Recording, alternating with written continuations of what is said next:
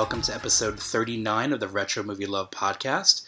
My name is Michael Ferrari of Cinema de Meep, and welcome, we're back. And this time I'm joined with my pal, David Nofire. Hi, David, how's it going? Hi, Michael. I'm doing great. How are you doing? Great. David, tell us a little bit about yourself. And we've been friends on Facebook for a few years, and we share very similar tastes in movies. And when I was thinking about March, especially some very specific titles in March, I immediately thought of you and what you do over there in Tulsa. Let us know more about that. Sure. Well, my main job in Tulsa is I manage a library. But the fun part is on the side for my own pleasure is I run a film series at a local art house theater called Circle Cinema. Once a month, I show a repertory movie. Sometimes we used to show new movies, but I find that the repertory stuff is more fun.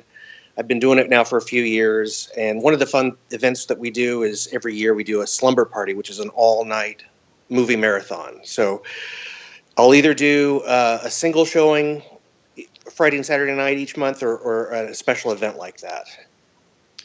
Those are pretty. I love the idea. You just sold me on slumber party, and coincidentally in March there is a slumber party movie. That's right.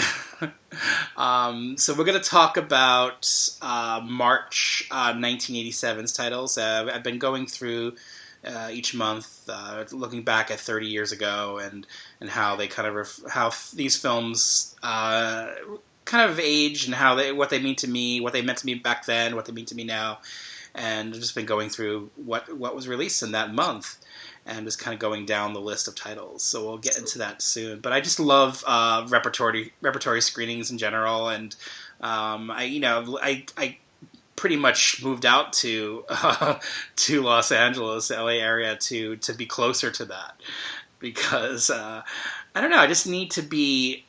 I mean, my life was a movie theater growing up. I was practically raised in a movie theater, and just seeing a lot of these movies first run kind of really stayed with me, and I just don't ever want to let that feeling go.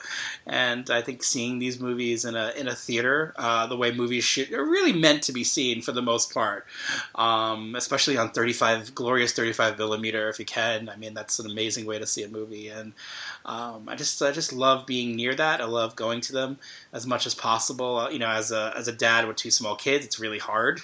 So it's a little, especially frustrating sometimes when I can't make it out to a screening. Like recently, Frank Perry retrospective over at the New Beverly, I missed 2 weeks of it because it's just tired at the end of the day. It's really hard sometimes just to get out there and sit through 4 hours of movies when you're just really tired from a long day with kids. That's just life, isn't it?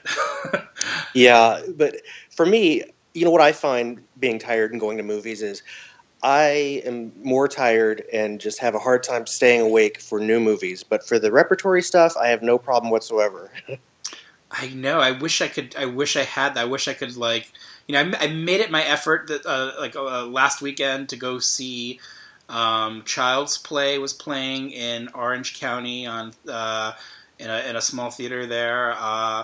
And I went to see it on that Friday midnight show, and it was a blast. I had a lot of fun, and Child's Play is one of my favorites of the late 80s. To me, it's aged really well. I think it really holds up. I think the effects are great, and we were talking about it before the show. How you said they're pretty seamless. All the mix of effects they use, and they use practical effects and the dolls and mechanical things and actors, right? Little people in right. costumes. One little person in particular, the same guy who played Howard the Duck. That's awesome, Howard the Duck. We should talk about that movie, maybe. Boy, I just love seeing that movie on the screen. I was tired, but I was so awake for that one. I just was so happy. And just even though it was the theater was a third full, I don't know, just felt like I was in my own little world anyway. I didn't care that it was the screening didn't do as well. I mean, I'm sure the theater would have liked it to be pretty full, but yeah, go see Child's Play on a screen if it plays near you. You should definitely check it out. It's gonna be 30 years old next year. We'll talk about it more then. But that same weekend, the next day, I went to see Fright Night on the big screen at the New Beverly at midnight, and that was a sold out show and packed audience. Everyone was really into it. There were a few people that I know were there, and it was fun seeing those faces and having little conversations with people that you just know, and just have a shared love of a movie. Fright Night's a great movie. Funny enough, I thought, for me, I love Child's Play. Obviously, I love Child's Play, and I love Fright Night. I think Fright Night's an absolute classic. For me, Child's Play held up a little bit more on the big screen. I don't know why. Maybe because I didn't see it as much on the big screen. I've definitely seen Fright Night before on the big screen, and a repertory screening, like maybe it was like 15 years ago. Now, God, I'm getting old. And I don't know, just for some reason, maybe just Child's Play was a little bit more special. It was also, it's also a short movie. It's like 88 minutes or 89 minutes, and it just really races by. And it's very exciting, intense, and I love that about it. And Fright Night, just a classic, and just maybe works. Maybe Child's Play for me worked a little better as a midnight movie somehow. Because it's like a faster-paced movie, maybe. It definitely is a faster-paced movie. It wastes no time getting to kill his babysitter, Yes. and it just kind of goes at a breakneck pace. And Fright Night is more. It's got its own kind of rhythm and pace. And I've considered. We used to do, and I still would like to do it again. We do these double features at Circle, and they were called.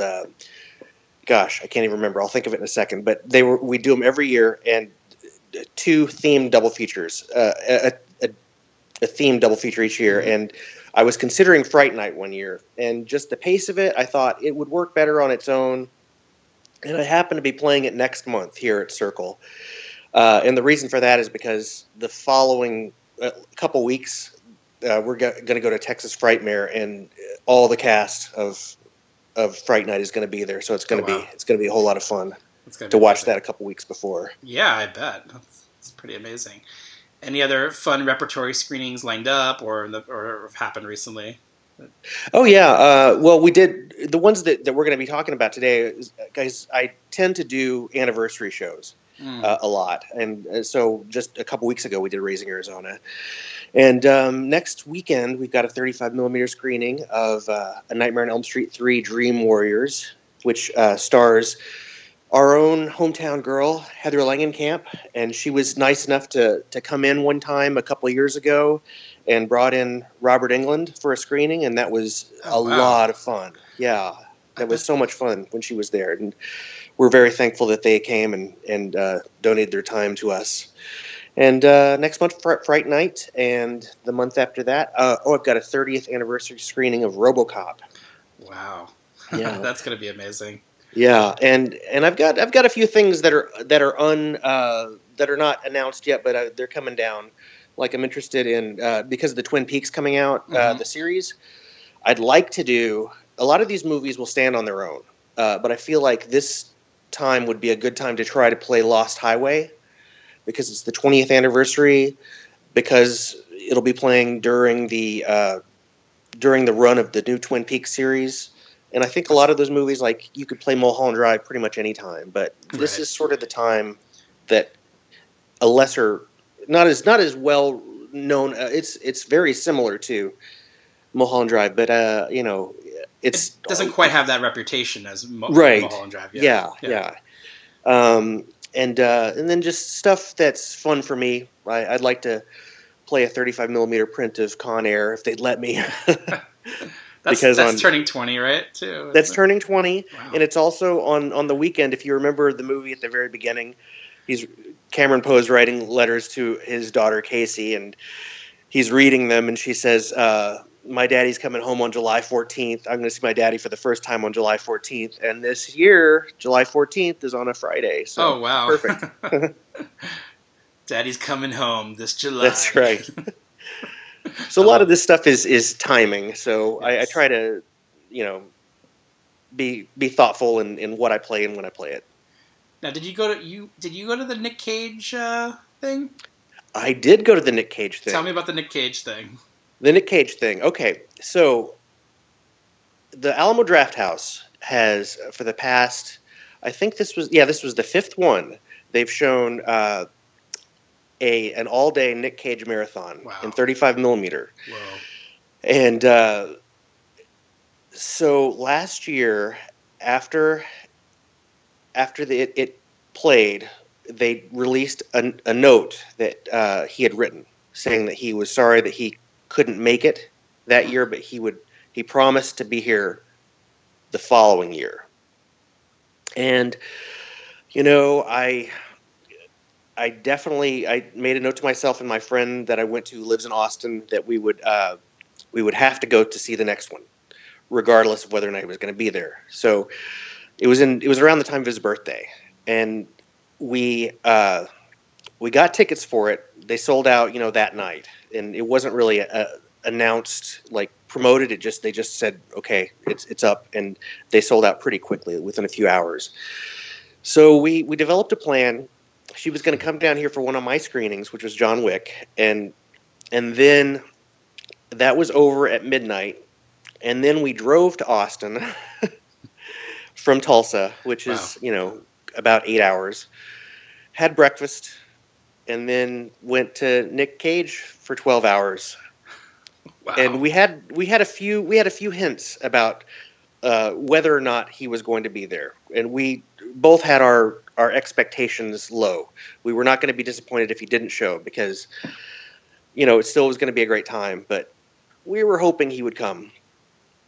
And we get there, and there are a few clues there. They have a videographer there that typically is there if someone's going to be making an appearance. And we were sitting kind of on the side, and my friend nudged me and said that he was going to come out the side entrance there, and lo and behold, he came out, and the crowd roared, and he immediately went into a cold, dramatic reading of A Telltale Heart. The Telltale Heart by Poe. Yeah. And it was pretty amazing. Sounds very Nick Cage, do that.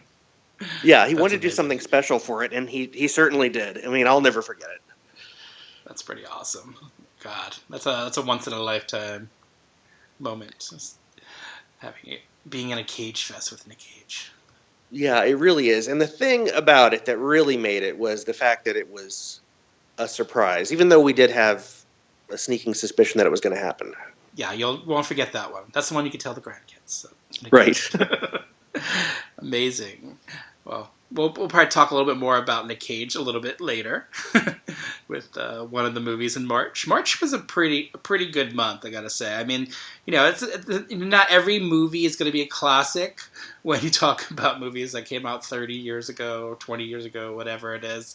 It just, it's impossible to gauge every movie like that or put it in that status. I mean, obviously not every movie ever made is going to be the best movie. There's going to be some movies that are not so great. There's going to be movies that are just okay. And that's kind of generally how we've been when we're going through this podcast and just going through these movies. But I just I like that March produced some really good cult movies.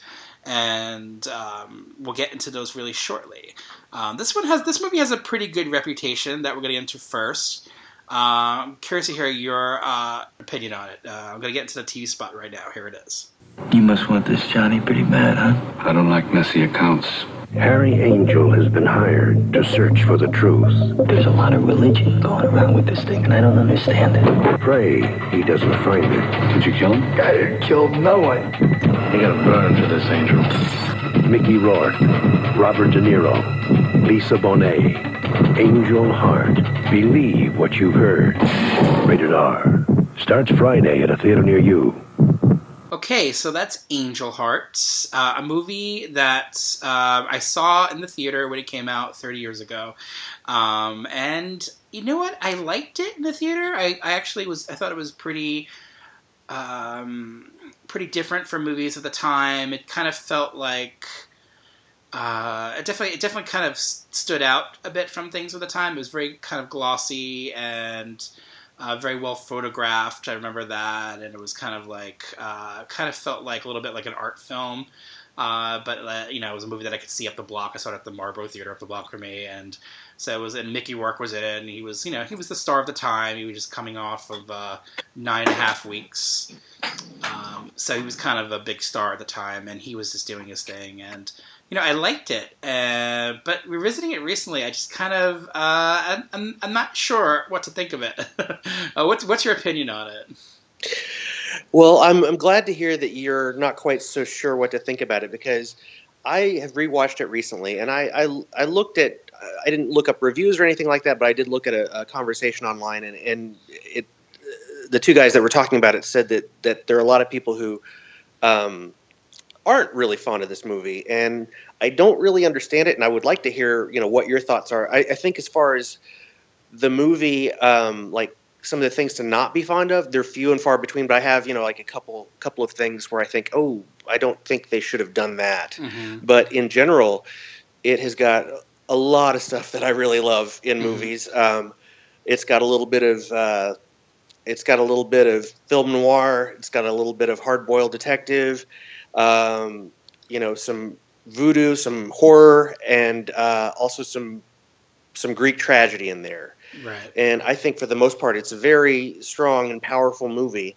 And I love De Niro is having a lot of fun. I mean, the tone of the movie is very, very dark. And whenever he pops in, and he's just basically there to check on Mickey Rourke, to see how he's progressing in his mystery that he's trying to solve, he kind of adds a bit of levity to what's otherwise a really dark ride.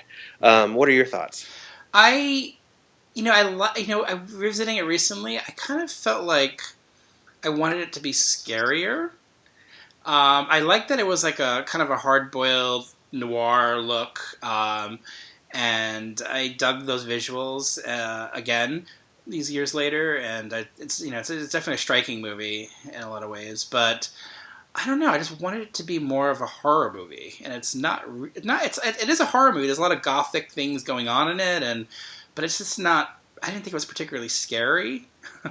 And the thing with me is like I love stuff with voodoo because it really scares me. And I think I talked about this maybe before with The Believers, and it's like one of the scariest movies, and I'll probably get to that movie soon in '87 of my youth because of the voodoo stuff. It just really just freaked me out.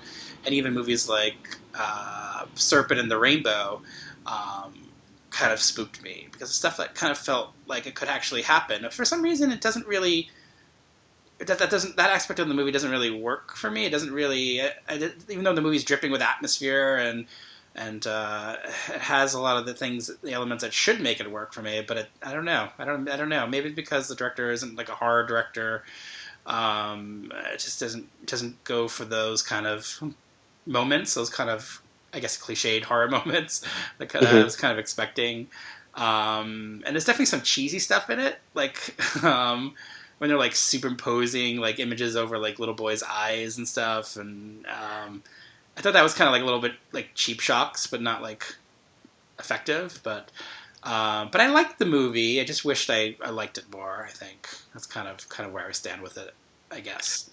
Yeah, that's exactly what I was referring to earlier, to kind of nitpick. But it is kind of a cheesy moment, and it happens at an important part in the film. Right. My wife, when I thought I were both watching, I'm like, what? Did they really do that? Right. like, why? It's just, I don't know. It just kind of took me out of the movie a little bit for some reason. Well, when you saw it as a kid at the theater, it probably wasn't as, it probably didn't take you out, but no. I probably would have had my mind blown by this movie if I saw it at the theater, but alas, I did not. All right, so moving on to a trailer. I'll talk about this one. I don't know if you've seen it before, but here is the trailer.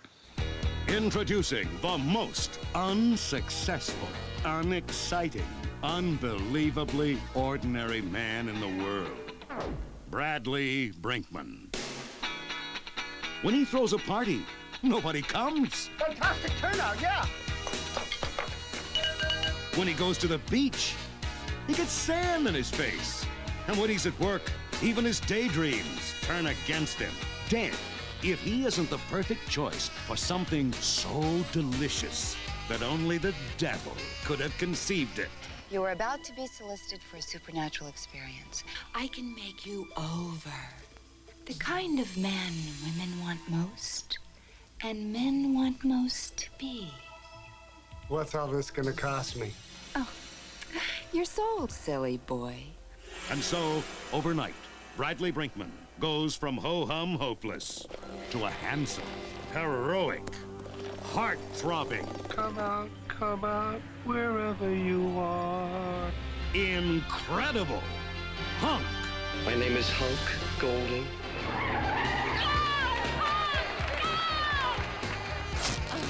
Can he handle the women? Can he take all the pressure? There are worse fates than being a drop-dead gorgeous guy with a pad at the beach, you know. Hunk.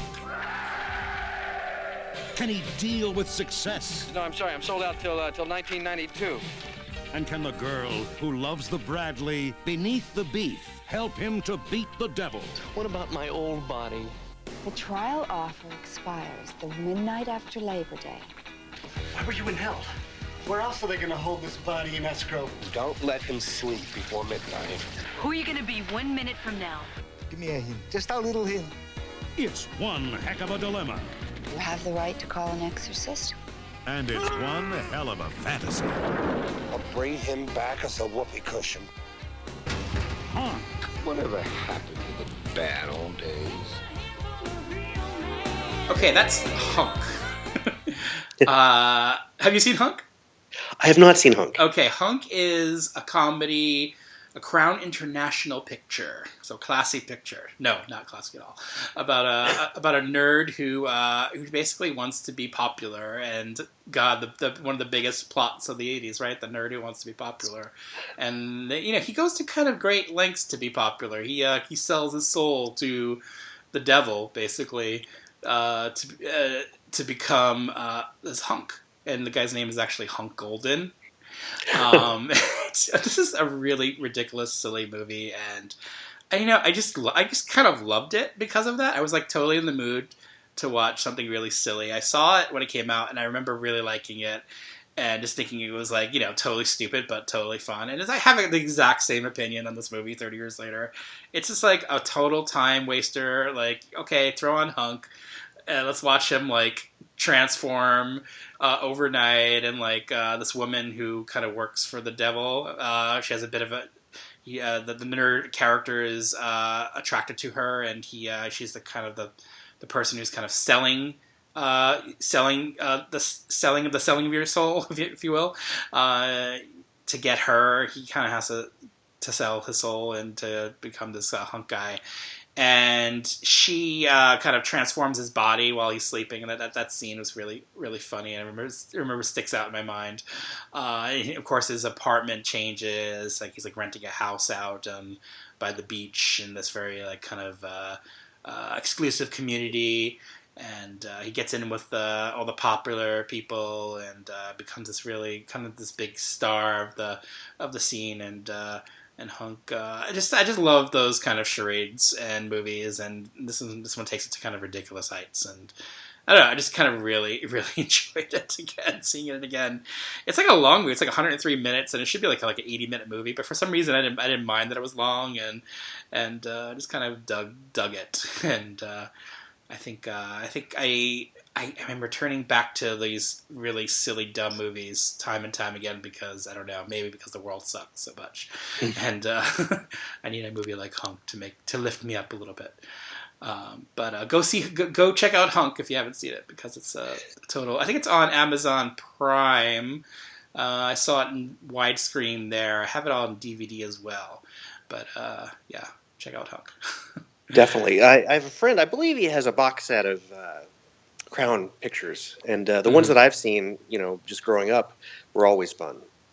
My Chauffeur. That's my favorite of the Crown International pictures.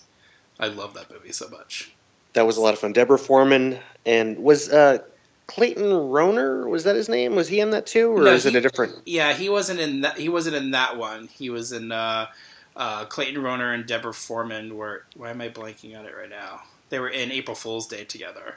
Yeah, and then he was, of course, in Just One of the Guys and other stuff. Oh yeah, you can't forget that one. No, but Sam Jones was the male lead in My Chauffeur, Mr. Flash Gordon himself, and there's a very important scene in My Chauffeur where he gets really drunk and decides to get naked and go into a park and steal a baby carriage with a baby in it. It's pretty amazing. My Chauffeur is probably the best movie of the 80s in its own way. I love it. Getting into one of the movies that when we were talking about the March podcast, that we really wanted to discuss. So let's get right into it. Here's a TV spot for it. Gun! Raj, meet your new partner. If these two cops can stand each other, Oh, I keep getting into trouble around you. the bad guys don't stand a chance. You ever met anybody you didn't kill? Well, I haven't killed you yet. Mel Gibson, Danny Glover. We better register you as a lethal weapon. Lethal Weapon, rated R. Starts Friday, March 6th. Okay, Lethal Weapon, yes. We share a big love for Lethal Weapon. I think you might be the biggest fan of Lethal Weapon that I know, though. Tell me why. Why do you love Lethal Weapon? What's your thing about it? I think that Lethal Weapon has really grown on me over the years. I didn't see it at the theater either, but I'd say maybe in the last 7 or 8 years, it's become one of my go-to movies, and I'm sure from I post about Lethal Weapon a lot. Mm-hmm. I love it. I love every post. I'm watching it quite frequently, and we played it at Christmas last year too. It's like one of the ultimate Christmas movies too. Yeah, it's perfect. Yeah, it is. It's like, as far as repertory films are concerned, around here anyway. You can play Die Hard, you can play some of the other classics. Lethal Weapon was not as embraced as some of those other pictures, but I was there both nights, and I was pretty giddy about seeing it on the big screen. I think that Lethal Weapon is probably one of my most quoted movies with some of my friends. We're going to be talking about another one of my most quoted movies, which is going to be Raising Arizona. I love the dynamic between the two characters. Murtaugh, Danny Glover has this kind of world-weary delivery of certain lines that the old the big one is "I'm too old for this shit," but just in general, his chemistry against Mel Gibson, I just love it, and Shane Black too, of course. Love all of his movies. So it's just kind of really in my wheelhouse, and it's like kind of a comfort movie. It's very easy to just pop in. And a lot of those Joel Silver movies are kind of comfort movies too, in a way, because like you pop in a different movie like Predator 2, for example, and half the cast from Lethal Weapon is in that movie. So it's just something that I just kind of go to over and over and over again. I'm kind of with you on that one. I don't know what it is about Lethal Weapon. I haven't seen it on the big screen though since 1987. So what is it like on the big screen versus on DVD? What's your how does it hold up to this big screen? It holds up pretty well. It's as an action movie, it kind of stops and starts, but it's got a lot of really effective things like the part with the general with on Hollywood Boulevard. Mm-hmm. It's a lot of fun on the big screen, and when we played it, I think that it was probably the timing. It being at Christmas or near Christmas, it's just sort of a hard time to get out there and watch it. But everybody that came was really excited, and and had a good time. It held up pretty well, I'd say. And it was nice to see it on the big screen because you see some things that you miss. Like some of the messages. There's always Richard Donner's movies. A lot of them, particularly the Lethal Weapon series, have the little causes, like on the refrigerator and things like that, signs like that. And so you see things that you might have missed on TV. So it's a lot of fun. I like that he does that. I mean, he has like beliefs and he does not, he doesn't like drown the movie in them, but he'll just like throw them in the screen, like on a widescreen. Because like I know the Lethal Weapon sequels were shot in CinemaScope, so you can use the frame to like throw like little messages in here and there, and I like that. You gotta put your point of view in your movies, and even if they're like a big studio action movie, like why not? Lethal Weapon, like I saw it in '87. I saw it like 3 times in the theater. Oh wow! Because I don't know, it was something action-wise that was different from what was happening at the time. The buddy cop movie, I mean, it was there before Lethal Weapon, but that's what it really kind of found a new birth in '87 with Lethal Weapon and a couple of other movies, especially Lethal Weapon, because it really showed you that when the chemistry is right between a couple of actors and the screenplay is clicking and the direction is sharp and there's an atmosphere of some fun between the characters and also some atmosphere of like when the characters are at odds with each other. Lethal Weapon kind of had it all with that. I mean, there's comedy, there's action, there's drama, there's Mel Gibson's character is on the edge and he's suicidal and he's crazy and you're like, but by the end of the movie you kind of love him. Like you love the suicidal crazy guy and it's a character that a lot of people have grown to love with the Lethal Weapon series, and it's interesting that you could create that. And I know Shane Black's original screenplay was much darker, and Riggs was even darker character. But I think Richard Donner was the right director to do this movie because he does find a good balance between that, and he does find enough lightheartedness within the grit and action and crazy stuff that makes you go back to the movie over and over again. And that's kind of what I do with Lethal Weapon. Really, the chemistry between these two actors is kind of dynamite and really makes you love it. I mean, I do love Lethal Weapon 2 as well. I like Lethal Weapon 3. 4 I don't like, but it's been a long time since I've seen 4. I think something about 4 kind of put me off, but maybe time is kinder to it. I don't know. I know it wasn't well received either when it came out, but I do like this series in general, at least the first 3 a lot, and especially the first 2 movies. So even 2 is like one of the strongest sequels, I would say, because it expands upon a lot of things that work in part 1. Even I don't think it wasn't a Shane Black screenplay, right, for part 2. Well, I believe he did write a screenplay, and then it's got Jeffrey Boehm as actually screenplay credit, and I think Shane Black retains story credit. So I don't know exactly how much of Shane Black's footprint is on that. Right. I know that they changed the ending. I've got to agree with you though, as on the series as a whole, and about it being a buddy cop movie. It wasn't the first. There was 48 Hours before that, and there were a few before that too, but it really solidified the genre and kind of propelled it. Mm-hmm. And in fact, we like one of those slumber parties was like a buddy cop genre. It was a buddy cop genre deal really? that we had all night. Yeah. Well, what played there? Yeah. We showed. We tried to catch genre because like for those all night things, a lot of the appeal is horror, so we tried to get those genre things too. Like, so we played Dead Heat, for example, and I Come in Peace, and The Hidden.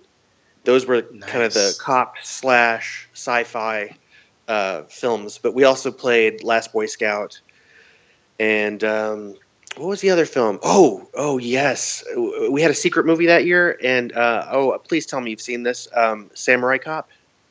I haven't seen Samurai Cop. Ooh, it's so much fun. Oh, really? So much fun. Okay. Yeah, it's one of those. It's very entertaining. It's not a good film, but it's a whole lot of fun. Okay, I need to put that on my prioritize that. Put that high on my list to watch. Yeah. I know of Samurai Cop, and I know it has a reputation, but I just one of those movies I never got around to seeing, and I kind of feel like I regret it because if it's coming from you, I want to see that. But that All Nighter sounds amazing. Yeah, and like smack dab in the middle of the night, that movie kind of brought the house down. So in the right mood, it's a lot of fun. But to go back to the series as a whole, I agree with you completely. The first one is great; it's one of my favorites. The second one is on a par with it. It's not as intense in terms of what's going on with the characters, but it's so much fun and it's so funny. The third one's good, and the fourth one is a bit of a miss.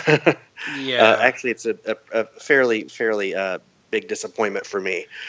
But those first two movies more than make up for it, and so it's a pretty solid series there. Definitely, I would agree for sure. Shane Black, I know when he had his script, he had William Hurt in mind as Riggs, which is strange to me. I can't picture it. Mm-hmm. William Hurt in that role. I could picture maybe William Hurt being crazy, but not like a cop ever. Has he even played a cop ever? I don't know. I don't know if he has played a cop. The thing that's popping in my head right now is The Accidental Tourist, and just kind of his vocal affectations, and I find it hard to picture him in that. But Shane, I love William Hurt, and I think especially in his early career, he's had a lot of great roles, and Accidental Tourist is great. He's also really good as playing. He's played this a lot too, like kind of the asshole kind of professor, or just the guy who's the academic who just kind of likes to belittle people in some ways, and he's really good at that. But or even playing kind of the dummy in another 1987 movie, which I'll get to later in the year, Broadcast News. I think he had range, but I never see him play. I just can't see him playing a cop for some reason, or especially not with Lethal Weapon. Yeah. What about I Love You to Death? He was against type on that one. Oh, that's true. He was against type in that one. I liked him in that too. As kind of one of the stoner killers. I don't remember if they attempted killers in that movie with Keanu Reeves. Was it him and Keanu, right? As kind of like the Bill and Ted of the movie, which is right. Which is interesting. So maybe I am underestimating the powers of William Hurt. Maybe he could have pulled off Riggs. Who knows? In an alternate universe, maybe it exists, and I'd like to take a peek at it. To put this movie into context, like Mel Gibson was 30 years old when he played this role, and Danny Glover was 40, and of course Danny Glover's character is like the retired character, so he's playing a lot older in the movie. It's like I'm 40. I don't feel like I don't feel too old for this shit, at least yet. Just Mel Gibson just really swinging from all the fences, like swinging away in this one. And of course we have a different connotation for Mel Gibson these days, but I loved him in 1987. So take that for you. Right. Yeah, they both play older than they are in the film. I think 8 or 10 years respectively. So I don't necessarily, when I watch the movie, I never really think that Danny Glover is 50. But it doesn't take me out of it. Doesn't bother me at all. But yeah, Mel Gibson, just that scene. You have to talk about that scene where he's got the gun in his mouth, and the Christmas story is going, not a Christmas story, but I think is it the Christmas Carol that's going on? I don't remember. No. It's like it's an animated, right? Cartoon. Yeah, it's like a. I think it's like a. It's like, I don't know why I'm blanking on this, but yeah, it's like a Warner Bugs Brothers Bunny, Christmas. Yeah, Bugs Bunny Christmas. But yeah, just the intensity of that scene, and he has so much talent in that movie, and he's definitely fallen pretty hard, and deservedly so in some ways, but he he certainly has a lot of talent as an actor, as a persona in the films. I'm not going to talk about his personal life, and as a director, he can really stage some effective set pieces, like in the new one, Hacksaw Ridge. Which is the Lethal Weapon movie where he has like shorter hair? That's 4. That's 4. Okay, so that's why 4 sucks. Yeah, his hair is his power. His power is in his hair. So totally. He has big hair. Like I remember, like in the sequels, they got bigger and bigger. Like 1, 2, and 3. Like 3, his hair was like pretty huge. I remember correctly now. And like 4, his hair was short, and the movie sucked. Coincidence? I don't think it's a coincidence. Yeah. No, I think there's a direct causal correlation right there. And there is another connection to big hair and craziness coming up a little bit later. Well, we'll talk about that when that comes up. All right, so that was Lethal Weapon. Another movie that came out. I forgot to mention Lethal Weapon. I saw it at the Walker Theater. I think I talk about the Walker a lot because this is like in '87. I saw like every movie at the Walker, which was like a local theater near me. You'd be interested in knowing that this movie played as a midnight movie at the Walker for like almost a year. Ooh. Which is pretty amazing. I think I saw it, one of those 3 times that I saw it was at a midnight screening at the Walker. Because it just like stuck around. I'm like, why is Lethal Weapon still playing? I'm like, I just went to go see it. And I had a blast, of course, again and again.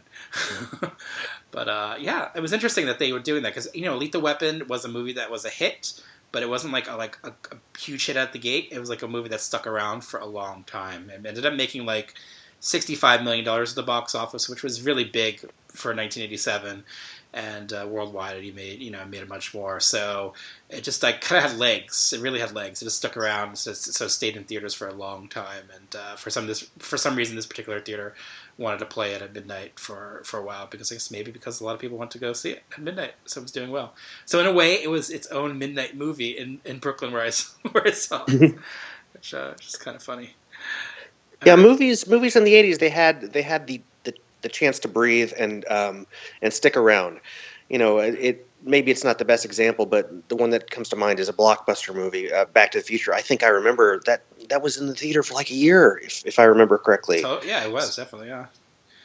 It's amazing how that happened, but also movies didn't. If movies didn't do well, like this next one, this movie called Recruits came out at the same day, March 6th. That did like no business, so that disappeared within a week, and it was like a poorly made like Police Academy kind of ripoff movie, and that disappeared. So if a movie if no one's showing interest in it, it'll go away really, really quickly. But if people are interested and the movie seems to be building up an audience each week, they'll let it hang around for quite a while, which is nice. All right, here's a trailer for another cult movie. Here it is.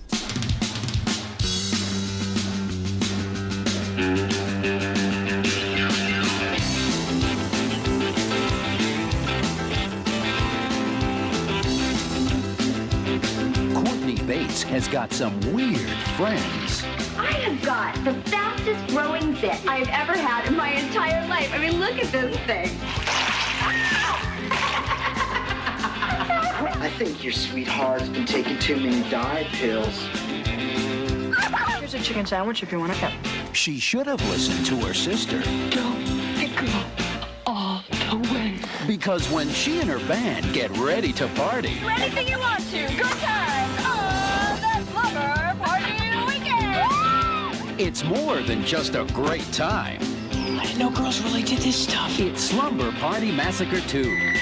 Now it's time for the fun part. He's in this house somewhere. It's 9 o'clock and ready to rock. My motorcycle's out of hot. Jump on back, baby, hold on tight.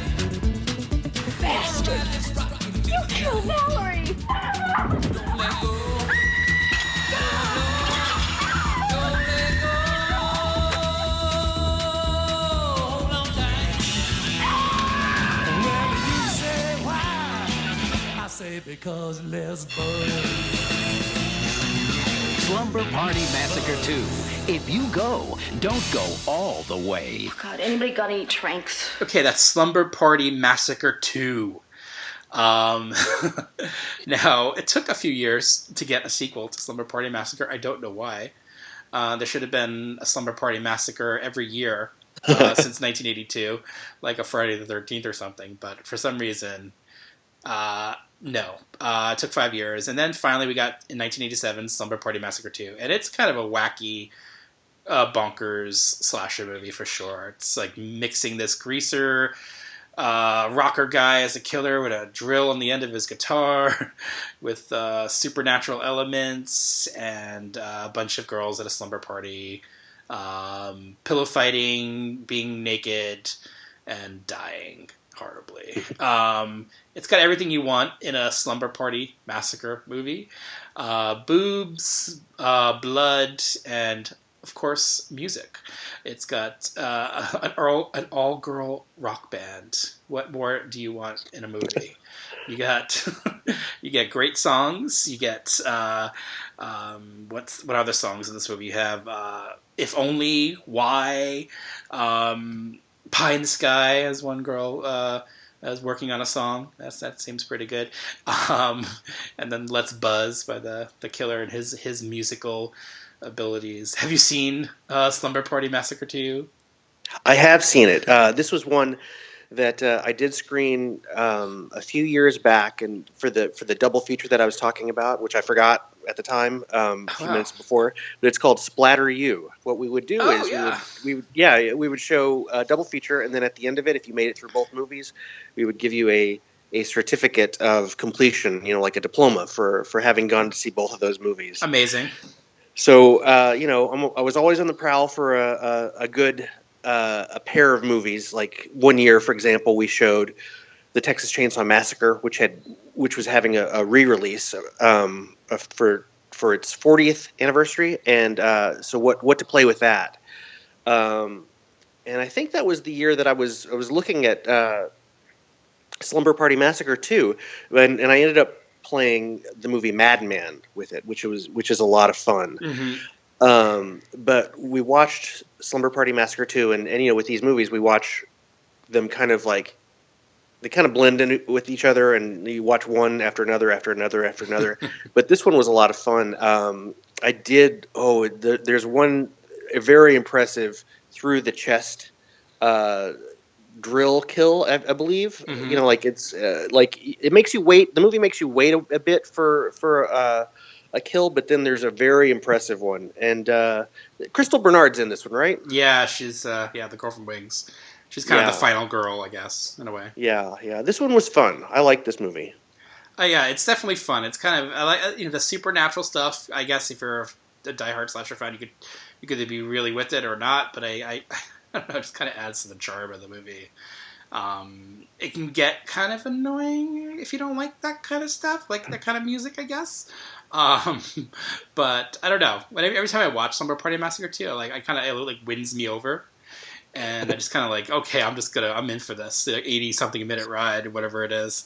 And just kind of leaves me with a smile on my face because it's so silly, but fun. And that's what I want in a slasher movie: silly fun.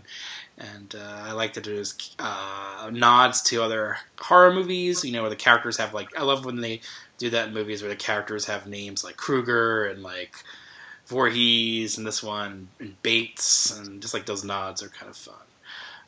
The Slumber Party Massacre series, I guess they were famous for having from a female point of view, filmmaker wise, directors and writers, and this one was directed by Deborah Brock, who hasn't really gone on to that much of a career in films. She did Rock and Roll High School Forever. I don't remember that one too much, other than Corey Feldman was in it. Maybe not quite the classic that Rock and Roll High School is. I remember that. But I like that these slasher movies had a female point of view, even if they're offering up pretty much the same things that one of those movies where a dude directs it, where there's naked girls and a lot of gratuitous nudity and violence. I mean, why not? You're getting exactly what you want from this kind of movie, and seeing it in a theater in a slumber party environment, I think would be amazing. So, If it screens, I probably will go see it for sure. Yeah, definitely the first one. It delivers on. It gives you those elements that you see over and over again in the slasher movie, Mm-hmm. like the nudity and everything, and a lot of male gaze type shots, Totally, and like the shot of the drill, like very phallic type shots, Mm-hmm. and so it's very much like, I don't want to say a parody as in like a Zucker Brothers parody or anything like that, but it's definitely got some strong satirical elements going on in it. So it's really fun to watch on that level. Yeah, it's definitely got tongue. It's like a little tongue in cheek, I would say. Mm-hmm. Definitely, they're not taking it too seriously, as you shouldn't with a movie like that. Like, it's not something like you go to see to get really excited about, like, or get caught up in the plot. I mean, you don't want to get caught up in the plot. You just want to watch what a slasher movie is good at doing, like murder sequences and all the silliness that comes with that. So, yay, Slumber Party Massacre 2. I would like to talk about more of the Slumber Party Massacres at some point, so maybe we'll get to that eventually. That'd be fun. And all the spin-offs and all that stuff. The next one that I saw is a quick VHS spot for it. Here it is. This is the last March 6th movie, if you're keeping track at home. The year's most acclaimed comedy hit. A guy bangs into my car. Richard Dreyfuss. You are nuts! Danny DeVito. Tries to get even with me by stealing my wife. Tin Men. You two fall in love. A smash with the critics. Get it now on video cassette. Okay, so that was a VHS spot for Tin Men. Have you seen Tin Men? I have seen Tin Men, and this is one of the few films that I saw at the theater on this list. Really? And the reason for this is because I happen to live pretty close to a movie theater, a twoplex, and much to my chagrin, they very rarely changed out movies. I think Top Gun was there all summer, and The Karate Kid 2 was there all summer, and I was just like, please, those are good movies, but switch them out, so I can see them. Because I didn't have access to all the other theaters that had more movies, so I sort of just was stuck with what I had access to. And Tin Men was one of them, and I enjoyed it. And at the time, I haven't revisited it, so I haven't seen it since it came out. Yeah, it's been a long time for me too. Like, it took me a long time to see this movie again because I didn't like it when it came out. I saw it in the theater. I saw it at the Marlboro Theater, and I just didn't think about it too much. I kind of was expecting maybe another silly but satisfying movie like Down and Out in Beverly Hills with Richard Dreyfuss. I think that's what I was exactly expecting because it was a Touchstone movie. They might have even shown the trailer attached to another Touchstone movie, and I just had that kind of studio comedy, but with made for adults shine, but something I could kind of relate to, and I couldn't relate to the characters when I saw this in the theater, of Tin Men. I just didn't really understand what the deal was, why these guys always fighting. I just couldn't get caught up in it. But I revisiting it recently. I definitely could do that more. And I could understand more of the movie's point of view, and both sides with Danny DeVito and Richard Dreyfuss playing these aluminum siding salesmen who kind of get into a car accident, and it becomes kind of a war between the two as they kind of both escalate a car accident and something more because they just are hotheads and can't deal with being an adult and just accepting your responsibility for what you did, and then it becomes a battle between the two, and then one of the wives gets involved between the two guys, and Barbara Hershey plays the wife of Danny DeVito, and it becomes a very complicated mess. Definitely a very adult film, and I can understand now, seeing it 30 years later, why I didn't really get into it then as a 12-year-old who just kind of wanted to see something a little bit more light. But I liked it. It's not one of my favorite Touchstone movies. I would say. It's not one that I would probably go back to a lot. It is a well-made movie. It's Barry Levinson directed it, and he's a good director. He does like Baltimore a lot, as you could tell in his movies. I don't know Baltimore too well. I've been there before, but and I definitely, I know some people in Maryland, but I don't go to Baltimore that often. But yeah, I mean, it definitely, if you want like a slice of life of that era of Baltimore at that time and good actors doing a good job, check it out. Don't see it if you don't like the Fine Young Cannibals, because the guy from the Fine Young Cannibals plays a singer in the movie.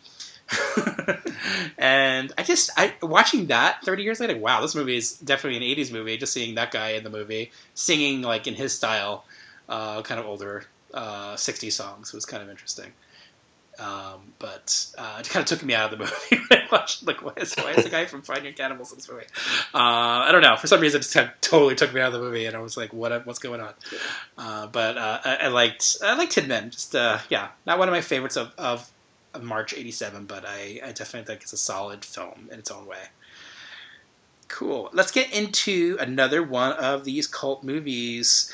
This one's definitely got a fan base. Here is the TV spot. Oh, he's an angel! Everybody's rushing to see the most outrageous comedy in years. Hold on, Nathan. People magazine calls it an assault on the funny bone. Hang on for the joyride. USA Today rates 4 stars, a wonderful, one-of-a-kind comedy. And Newsweek calls it hilarious, a hoot and a half. Raising Arizona, a comedy beyond belief. Rated PG-13, now playing at select theaters. Okay, Raising Arizona. I saw this in the theater. It first came out at the Waverly Theater in New York, which is kind of a famous theater for playing a lot of kind of cult movies that stuck around for a really long time. And I didn't see it in that theater. I saw it when it came out at the Marlborough Theater in March of 1987, and I liked it. I liked Raising Arizona. I wasn't in love with Raising Arizona, though. It was a movie that I didn't know what to expect, and that's kind of what threw me for that movie. I just didn't know what I was getting into when I saw this movie, and I think that's something maybe a lot of people experience when they saw it. And it's probably why a lot of people love this movie, because it's so unexpected and bonkers out there, and definitely someone's point of view. And I've grown to appreciate it more over the years, for sure. And of course Nicolas Cage's performance and Holly Hunter. I love Holly Hunter so much. I think she's a great actress, and I think she's dynamite in this movie. To me, she's like she gets the best performance in the movie. It's kind of a little bit underrated because Nicolas Cage is so Nicolas Cage, and just so interesting to watch at every moment. But I just always find her endearing, and just every time I rewatch it, I just kind of always gravitate towards her performance and all the craziness that happens in this movie, which is a lot. This is a movie where if you walk away from the screen, you will probably miss something wacky. You will definitely miss something, a lot of things, because a lot happens in this movie, and it happens at an interesting pace, unlike a lot of movies of the time. It's very different from the movies of the time period. That's why you can't really label it like as an 87 movie. It doesn't feel like an 87 movie. It feels like a movie it's kind of its own time period. And Coen brothers were good at making films that are of their own universe, and I appreciate that about them. What's your take on Raising Arizona? This is another one that I saw at the theater, and I just loved it from the moment that it came on. It has a very long sequence before you see the credits. It's about 12 minutes of many little vignettes, and when I was a kid and I saw this, it was just like kind of a breathless like 12 minutes, just like laughter like the whole way through. And that's not a feeling that I've gotten here in movies recently, and so you kind of remember those sort of special times when you just watched a movie, and and you were just like kind of dying laughing. Like I remember that, and I don't know how I saw this because I'm not. The ages don't match up. I don't. Maybe there was a repertory screening of this too. But somehow I have a memory of seeing Young Frankenstein in the theater and just kind of feeling the same way and just laughing and laughing and laughing. It's definitely a movie, like you said, that people don't really know what to think sometimes. Like we showed it a couple weeks ago, and a friend of mine tried to get another friend to come, and she said, I don't get that movie. And and you know, people have that opinion, and for me, it's maybe my favorite movie on this list, other than Lethal Weapon, because I just love it so much. And Nicolas Cage, of course, is great. His performance is, you know, kind of cartoonish in his physicality. It's sort of made for gifs, you know, just like the way he pops in and out of the frame. And watching it on the big screen a couple weeks ago, I definitely, you know, felt more of Holly Hunter's performance than I did when I would watch it when I was a kid. Because I was, you know, watching it for the comedy, but there is a very grounded performance there with Holly Hunter, and she definitely impressed me watching it here this last couple weekends ago. So I think it's a terrific movie. It's my favorite Coen Brothers movie, and I'm not like a huge. I love the Coen Brothers, but there are people out there who just, you know, are encyclopedic about Coen Brothers films, and for my money, this is my favorite of their pictures. Yeah, I do love the Coen Brothers. You know, it's not like I do love all their movies, because there have been some misses. I would say more over the last, you know, few years, last like 10 years or so, but or 15 years, maybe since The Big Lebowski, which I think was like a pinnacle for them too, and I gravitate towards I would say Blood Simple a lot. I always liked noirs, and I just like what they did with that, and some of the craziness that's in that movie, and Miller's Crossing for sure. And I just like a lot of their movies. I think they're fun, and having an unexpected comedy that's about a subject of wanting a family, just wanting to have a family when you can't have a family, is kind of an endearing thing. And the movie piles on a lot of craziness that happens with, you know, the John Goodman character, of course, and what happens with his friends invading their world, and bikers, and this is so much that happens in Raising Arizona, and Raising Arizona is a pretty popular movie. Like, it did well at the box office. It did like $22.8 million at the box office, and it was a hit. But it was like, yeah, again, a movie that kind of divided people. Like, what am I watching? Like, this is also that other movie with the big hair. Nicolas Cage has big hair in the movie, crazy hair. So big, crazy hair. Big hair means crazy in general, and he just really works the hair thing in this movie to another level. I love it, and Nick Cage and his hair should be like some sort of like art installation somewhere, maybe. Like Nick Cage's hair over the years. He does have kind of the Woody Woodpecker hair in this movie. Yeah, it's pretty cartoonish, and it's definitely a cartoonish movie in ways, and it's kind of an interesting pairing too with like some of the Lethal Weapon movies, because they get kind of cartoony and slapsticky, which is an ode to, you know, to the cartoons and the Bugs Bunny, like we mentioned, and you can see like an affinity for that too in this movie. Definitely on a visual level for sure with the Coen brothers. They love that stuff, and the Coen brothers, you know, they definitely make a very memorable March movie with Raising Arizona, a movie that stood the test of time and has a big audience now. And I don't own it on Blu-ray. Strangely, I should find. I think there was a box set of the Coen brothers stuff that I never picked up. I was meaning to do that. I know Barton Fink is getting a release on Blu-ray from Kino Lorber Studio Classics. They're working on that. I know they're working with the Coen brothers to get that out there and with a transfer that they approve. So that will be fun. Looking forward to that. And hopefully, all of their stuff is available. I mean, most of it, I'm sure, is available because they're pretty popular now. But Raising Arizona was definitely a highlight of this month. And going into, that was March 11th. That came out the Wednesday, so that at the wave release. So then March 13th, Friday the 13th, a few movies came out. I'm not going to talk about a lot of these because this is not enough time. The Gospel According to Vic came out. A movie called Kangaroo. Man Facing Southeast came out.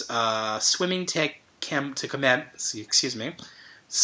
Cambodia came out. The Jonathan Demme picture that came out. And Waiting for the Moon. I'm going to talk about this movie pretty quickly. Here's a TV spot. Could you tell me something about yourself, please? Well, I've been knocked down, blown up, shot at, and fluent in 4 languages.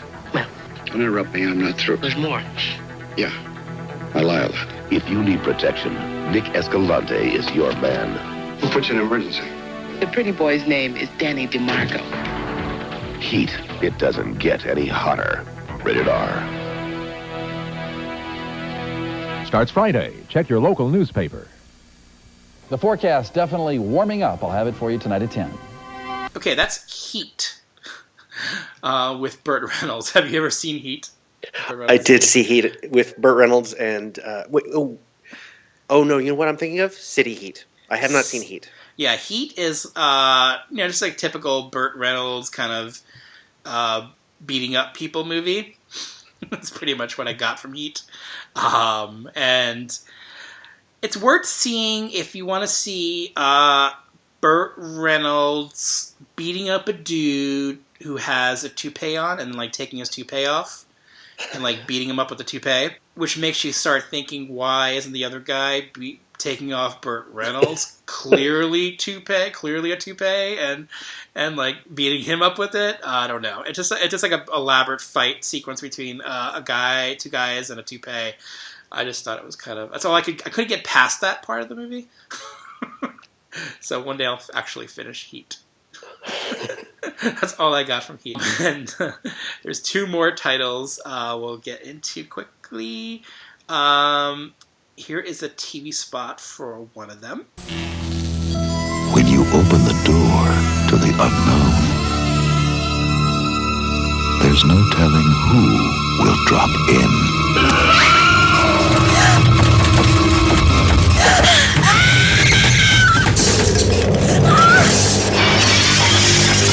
Or who will drop dead. Witchboard, rated R. Okay, this is Witchboard, which I've talked about in the podcast before. I'm a big fan of Witchboard. I love movies about Ouija. I mean, I don't like the recent Ouija movies as much. I think they're kind of lame. They just weren't my thing. They didn't really exploit the Ouija in a fun 80s kind of way that I remember Ouija as a kid. Actually, I saw recently, I passed by a group of like 10, 12-year-old boys on the street. It was like during like a kind of like a street festival that happens here. It's called First Fridays on a major street here in Long Beach on Atlantic Avenue. And every first Friday, there's like a big street festival where people are like, there's vendors and there's lots of people. Everyone like in the area goes out and like gets a walk around and buy stuff, food, whatever. And there's a gang of like these 8, 10, 12, about 10, 12 years old boys. They gave about 6 of them, and they had a Ouija board. And they were playing it, and they were like having so much fun, and it was like, oh my god, I just suddenly like, wow, I wish I was like 12 years old again in 1987, and playing a Ouija board and trying to scare my sister or scare my friends. Like it was just like, it seemed like it just totally brought me back to being like that age, like they're just like having a blast, just kind of scare each other, and this is like out in the open on the street. So I just thought it was very unusual that they were doing it in that context. I personally would do it in a haunted house in the attic, especially if it was an Amityville house, like house. But if you have to, you gotta do what you have to do. It like on the street, on the curb, it's fine. And Witchboard, which I did see in the theater. Now this movie came out, had a weird release schedule. Like it came out technically it's supposed to come out the end of 1986, but it didn't really come out in New York until like January, and like a very like limited performance in January. I didn't get to see it there. I saw it in March when it had a little bigger release in New York, and I played at the Benson Theater. I remember that in Brooklyn, and I saw it there, and I don't know. I just always loved this movie. I just like Tawny Katane, more big hair, and her hair gets even bigger as she gets possessed, as you do when you play Ouija board, and it's kind of like a mellow. I think I talked about this movie with Ben Schur. It's kind of a melodrama between two guys, a friendship, and this girl who's possessed, and all the shenanigans that happen with that. Mm-hmm. It's Kevin Tenney film who did Night of the Demons, and I like his stuff. His stuff is fun, and this one's played a little bit more seriously, I guess, even though it's completely silly and ridiculous in hindsight. But I don't know, it kind of works for me, so I kind of go back to it a little more often than I probably should. I like the music in the movie, and it's very 80s, and just having a Tawny Katane in your movie is kind of enough for me to revisit it, because she usually means fun when you're in when she's in the movie. So, what are your thoughts on Witchboard? I starting off with the music, that song "Bump in the Night," which we hear in the middle, and then we hear at the end. Oh, I love that song so much. I'm gonna put it on this podcast somewhere. If we haven't played it yet, it's gonna be on here somewhere. So. Yeah, that's one of those perfect 80s horror movie songs. I'm a big fan of 80s horror movie songs. Like in Sleepaway Camp and My Bloody Valentine. But I think this is kind of on the top of the heap for me. It's also an underrated song, because I don't think a lot of people. I know it has its fan base, this movie, but it's not like a huge. It's not as widely remembered as, say, Sleepaway Camp. Right. Yeah. It's definitely not. And the movie itself, I think probably it existed in this kind of like forbidden VHS kind of, that was sort of its appeal, and now you don't have that kind of same appeal. Like, oh, look at the cover of this, and I've got to see what this movie is about. Mm-hmm. And like you were saying, it is a melodrama. But the setup for the movie is so good. Mm-hmm. At the very beginning, at the party with the two romantic rivals, and the one who's not the boyfriend is doing the Ouija with Tawny Katane, and just it's a really compelling setup. And most of the movie is kind of this relationship between the two rivals. Mm-hmm. It's a lot of fun. And I do like Kevin Tenney. I've seen his other film, Night of the Demons, a few times. I prefer this one.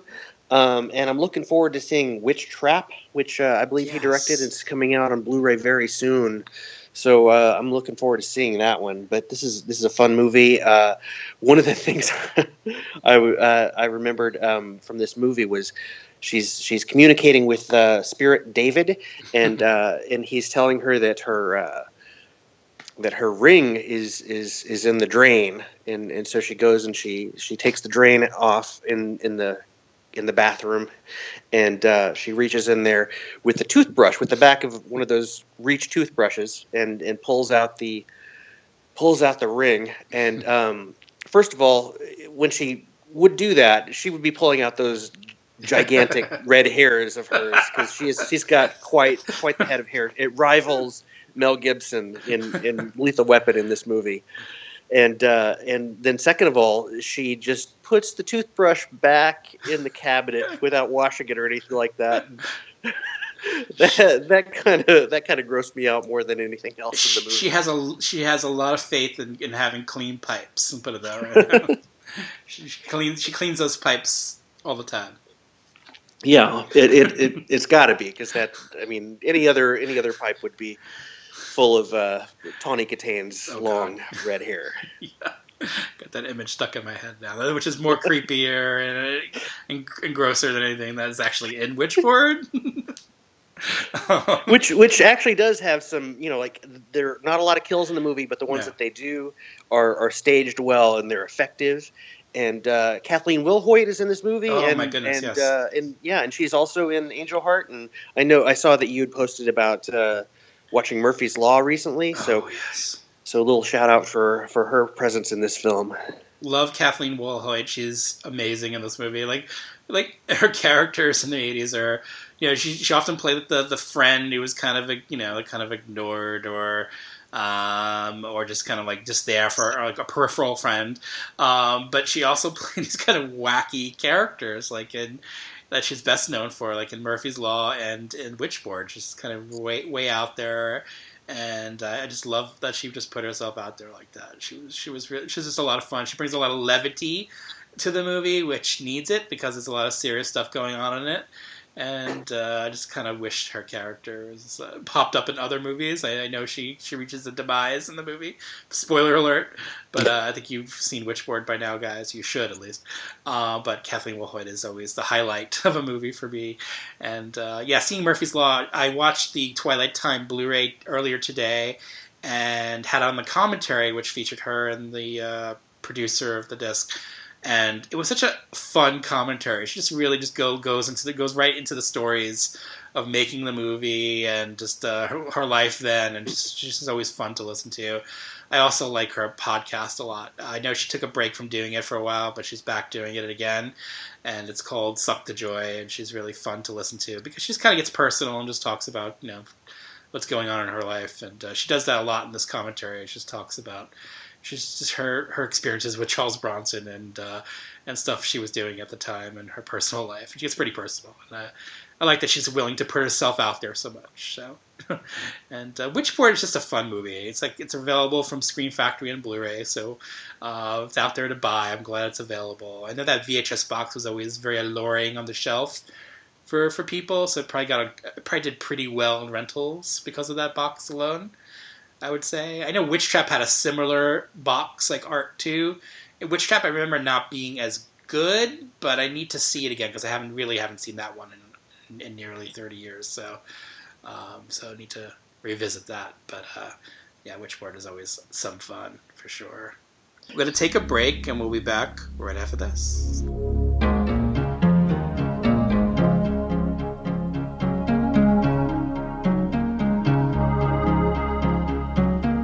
When you lose your love and it makes your life turn cold, when it tears you apart, your heart and soul just can't go on. When love's alive, it sets you free. When it's gone, it's plain to see how even love can become a lethal weapon. When you lose control and you scare yourself sometimes, when you really don't care, your life is on the line. No one outside can understand. You take your life in your own hands, and even love can become a lethal weapon.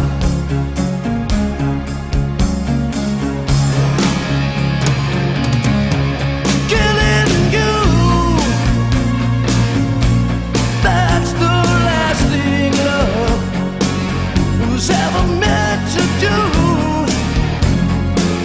become a lethal weapon.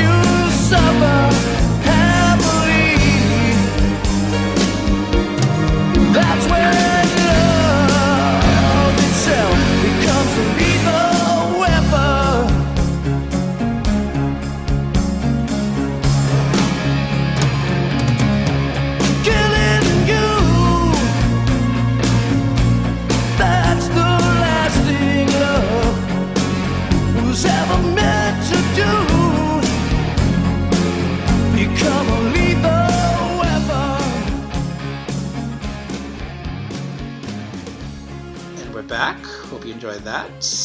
Let's get into the big one, I would say, for this podcast.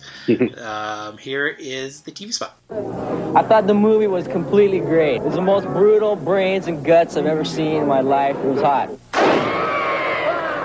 I mean, it was so scary. I was jumping out of the seat. I hid through about half of it. Blows Texas Chainsaw away. Evil Dead 2. It's a classic horror film. Dead by Dawn. Coming soon to a theater near you. Okay, Evil Dead 2. A few of you people out there have seen this one. What to say about Evil Dead 2 that hasn't been said? I don't know. It's, to me, one of my favorite sequels, for sure. One of my favorite horror sequels. It definitely expands. I mean, some people look at it as a remake. Some people look at it as a sequel. I kind of look at it as a sequel. I know it kind of repeats some elements of the first one, but I don't know. Just kind of, it's kind of what you would want if you had a slightly bigger budget. They made the first movie on a pretty small budget, and adding some humor, adding a lot of fun elements. What a filmmaker who's kind of really coming into his own, and just gets to have a lot of fun playing with toys, playing with the camera. And Sam Raimi just does a great job, and you can see why he became a big filmmaker, because he definitely has a point of view, and he's not afraid to show it and to just to push the envelope with what you can see in a movie on a screen, and just like what kind of fun you can have with one guy in a room, essentially for a lot of this movie, and it becomes a real showcase for, of course, Bruce Campbell as an actor, and he's a lot of fun to watch in Evil Dead 2. He has a lot to do and a lot of punishment, and we love and we live to see Bruce Campbell get punished in these Evil Dead movies, and I just always enjoy them. I like Evil Dead 1, 2, and Army of Darkness a lot, and I even love the show. Which I think really hit a stride in season 2, Ash versus the Evil Dead. So I'm game for more of that. What are your thoughts on Evil Dead 2? Right, like you said, what hasn't been said about this movie, but I think it's a wonderful movie. I really can't think of anything that preceded it that had quite the same tone as this movie, and so based on that, it's so influential, because there are a lot of movies that sort of strive to do this kind of walk this kind of line between, not really scary, but kind of like Cabin in the Woods type movie. Not to actually use the title Cabin in the Woods, because that came later, but just the general the kind of movie that it does, and inject this kind of fun stuff, like the eyeball popping out and landing in the girl's mouth as she's screaming. The movie, it's just so charming, because the direction of it's very innovative. It's low budget, but it's using so many tricks. Sam Raimi has so many tricks up his sleeve, and a lot of them you did see in the Evil Dead. But it's so charming because of the tone, because of the direction, because of the craft of the movie, but also because of like you can kind of see not the mistakes, but you can see the moviness of it. That you can see the set, you can see where the set ends in one spot, and you can see like a tear in Aunt Henrietta's costume in the back, and so that just kind of adds to the charm for me. I do love this movie so much, and I don't know what I was thinking when I said that those other two were my favorites. This is up there too. It's definitely one that when I was a kid and this movie was out, I did not see it at the theater, unfortunately. I really wanted to, but it only stuck around for like a week, I think, maybe 2 weeks. It didn't stick around long enough for me, but I was so excited for it to come out on video, and this is one of those ones where the videos, the VHSs, that when they came out they were like $99, and I was just like, how am I gonna save $99, $99.95 to get this movie? And I think I just rented it a bunch of times, but yeah, this is definitely the one on the list here that I was the most obsessed about.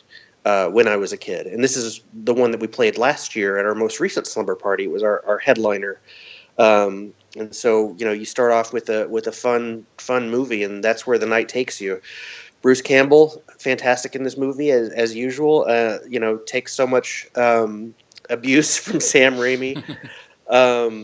And one of the things that I love about the movie is, one of the when I say the craft, like you can see what they're doing. You have claymation, you have all these different kind of or stop motion, I believe I should have said.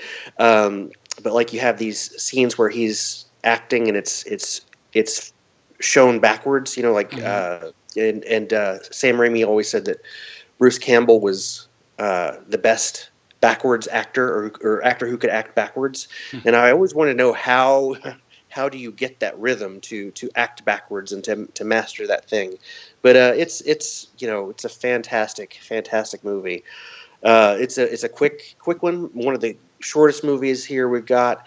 And the funny thing about this movie is you look back on this movie and you look at the tone of it, and it's just so much fun, and it's not this intense horror movie.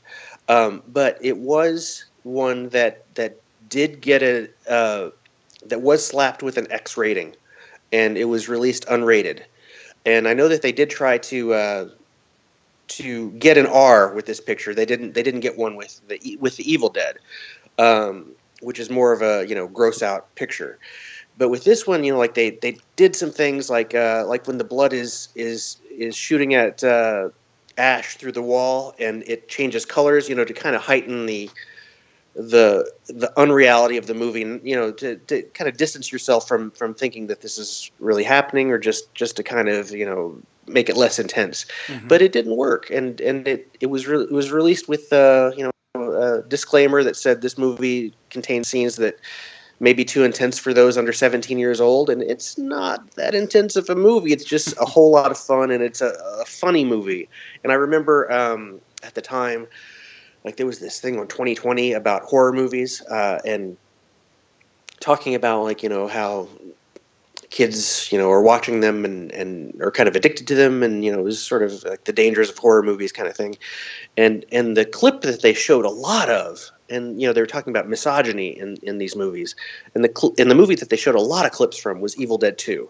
And I never understood because of the tone of the movie, and like they talked about misogyny a lot. And there's a scene where the girl in the movie kind of gets attacked by Ash, I believe, when he becomes the demon at one point. But like this is a movie where the guy is getting all of the abuse, and it's not a misogynistic movie at all.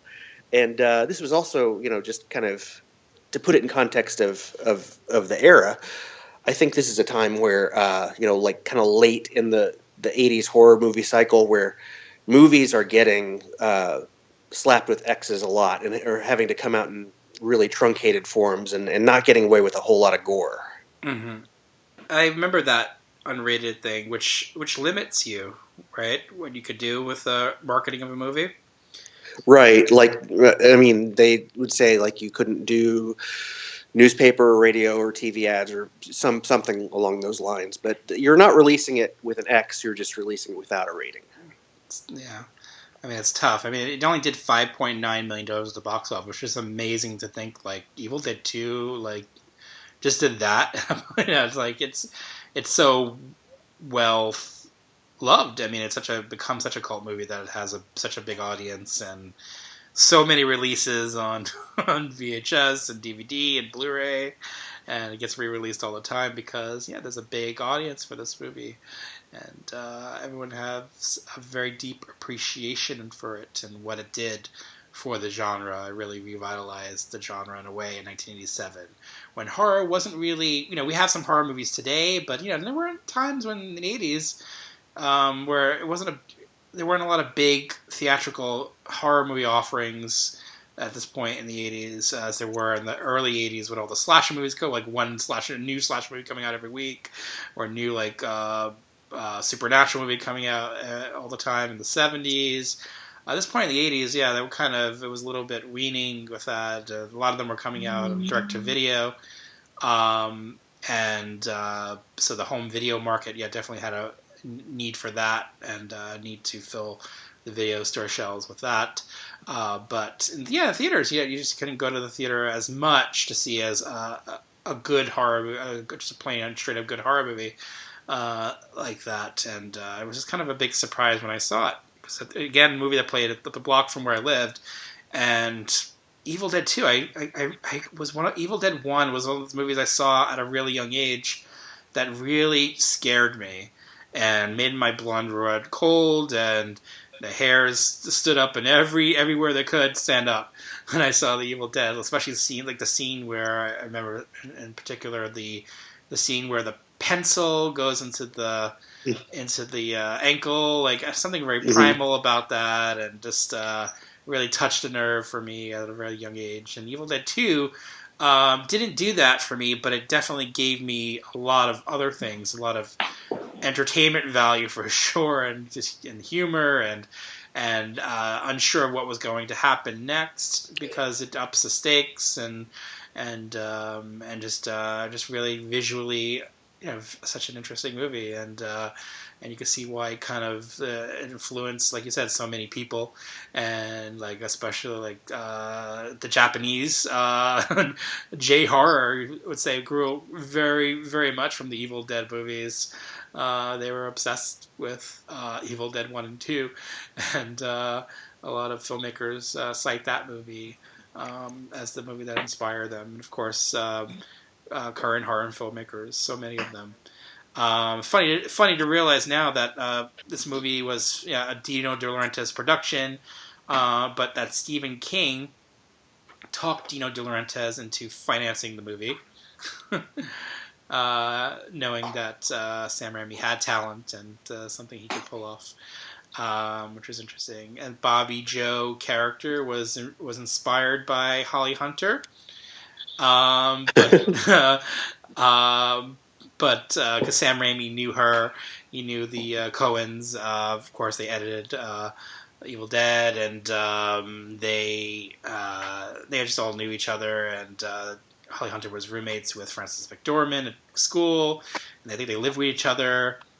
And so it was a constant like Holly Hunter's in our life, and there were a lot of ribbing of her. And they tried to get her into the movie, but I think producers wanted someone more sexy, so they ended up with someone more sexy, or conventionally sexy. But she did okay in 1987 because obviously she did Raising Arizona and broadcast news. So I think she was okay. Another connection to Raising Arizona is that shot where it's discovered that Nathan Jr. is missing, and the camera is kind of like roaming and going over cars, and like going near the fountain and then going up the ladder right to his mother's screaming face, and that's very just like straight out of Evil Dead. It is. I know my wife and I were watching. This is actually one of my wife's absolute favorite movies of all time.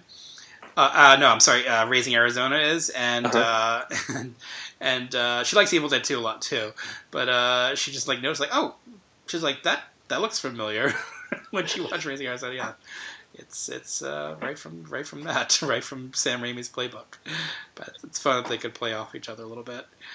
I like to put this movie in this context. A lot of this movie was shot inside a junior high school gymnasium.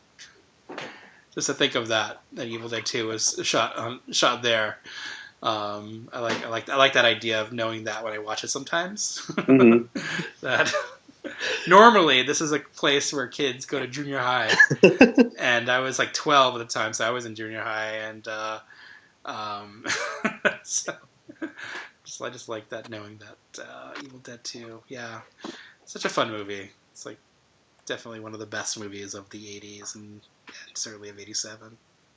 There's a great story about Holly Hunter on the audio commentary for Evil Dead 2, and you'll definitely want to listen to that because that's one of the more fun audio commentaries if you haven't heard it. Mm-hmm. And we were talking about the tone and influences, and you mentioned J-horror, and that kind of triggered something in my mind. And I thought of a movie that I think Evil Dead 2 or Sam Raimi was maybe, I'd like to think he was inspired by. Have you ever seen a movie called Hausu? Yes, House, yeah, definitely. Yeah, House, yeah. I think that I think that Sam Raimi, I like to think that he saw that and is kind of influenced by that, because I can definitely see some similarities there. Yeah, because that House came out in like 77, and then he started 77. Yeah, he started working on Evil Dead in 78, right? That's like I know it was a long process to do with Evil Dead, and I wonder if he had saw it and was like, it inspired him to do Evil Dead, or just at least visually some there's definitely some connections to it. For sure. Yeah, it might be a bit of a reach there, because I don't know if he had access to seeing it. I don't know, what kind of release it had, but that's another one that's become a cult film, and actually that's one that we showed pretty early, and it had only played at some New York film festivals, and I guess whatever its initial release was in '77, and that was the first secret movie that was unannounced that we showed during the first Slumber Party. Gosh, it's been 9 or 10 years ago, and that was one where it was kind of a loose horror theme, and it was kind of an electric moment when the movie was over, because everyone went outside and everyone was talking about that movie. Like, that came out of nowhere. Like, where has this movie been all my life? I like that you could find a movie like that after all these years and discover it, and something that completely will surprise you. And it's the magic of movies. Movies have a long history. There's over 100 years worth of movies, and I like that you could still find these gems, after all these years, and just discover this stuff. You just have to look for it. Maybe spend a little less time searching on the Netflix or for a TV show, and go find a really cool movie from the 70s or whenever, and you might find some really cool stuff out there. I love it. Definitely. It. Housey was released by Criterion on Blu-ray, I think, right? Since yeah, that's pretty awesome. I haven't picked it up, but I should. But I really like that movie. I know when I worked for Kim's Video, we had a bootleg of that, and before it was official. And I just remember being completely surprised by that movie when I first saw it. Oh, really? So when did you see it? I saw it, I don't remember now. It was probably in the 2000s somewhere. Don't remember when exactly, somewhere in there. But it's been a while since I've seen it since then. Yeah, that was a real find. And that was one where I started helping out with this specific series, the Slumber Party. I wasn't programming, like month to month at the time. And so my partner and I that were working on it, he was the main programmer. And we had this, we would just watch the movies and kind of talk about them afterwards. And this was one where we just watched like 30 minutes in. We knew that we definitely are going to make this one happen. It was a kitchen sink movie. I mean, there's so much going on, yet there's a lot of artistic merit to the way it's shot, and it's just a fantastic movie, and I would recommend it to just about anybody. For sure. It was one of my prized, the red, do you remember the red Laserdisc edition that came out?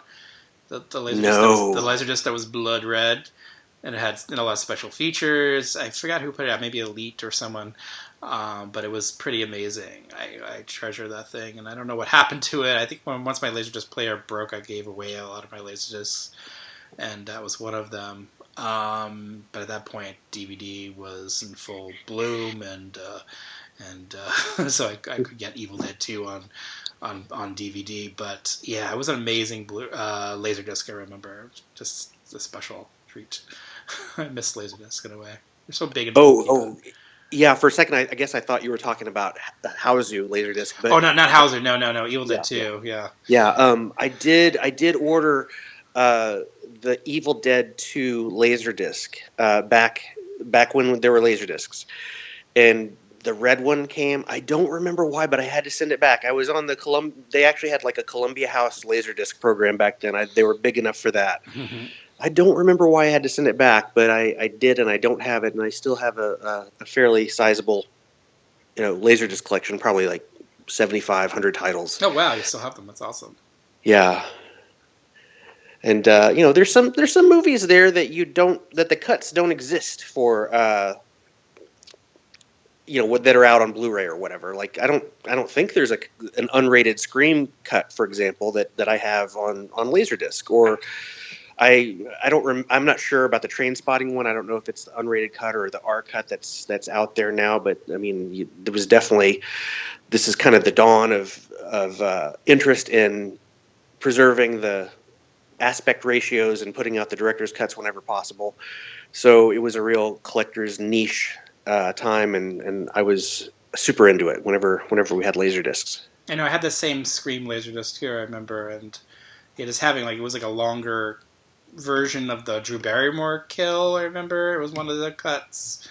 I don't know. I can't remember. Like maybe like when his guts are spilling out, there was more of that. Mm-hmm.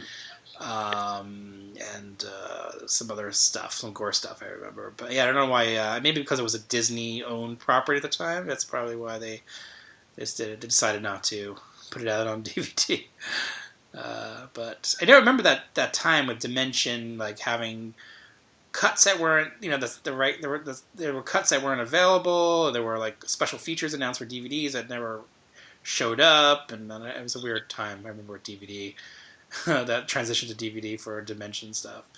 But I definitely would like to watch Scream again in that uncut form. I should have kept that thing. Oh well. Your Laserdisc player has bit the dust, I imagine. Oh yeah, a long time ago now. It bit the dust, and I just never got another one, and I regretted that. So I should. But then I have to rebuy a lot of those things that I gave away, which would be crazy. Well, I haven't checked on mine, but the last time I did check, it was still working, but it was one of those kind of fancy ones that would automatically switch sides. So it had a dual laser, but the dual laser part stopped working, so you would have to manually switch it. So, I've been wanting to have a retro media night, and so I think kind of the cornerstone of that for like a retro media party would be having some Laserdisc movies. That'd be awesome, yeah. And in a way, like Laserdiscs were a little superior to DVD quality. I think, in terms of the audio, I think so. But and now Blu-rays is kind of like what I've really started collecting. Mm-hmm. But I'll always have a fondness for the laser days. Okay. All right, so Evil Dead 2 and Laserdisc, we love you.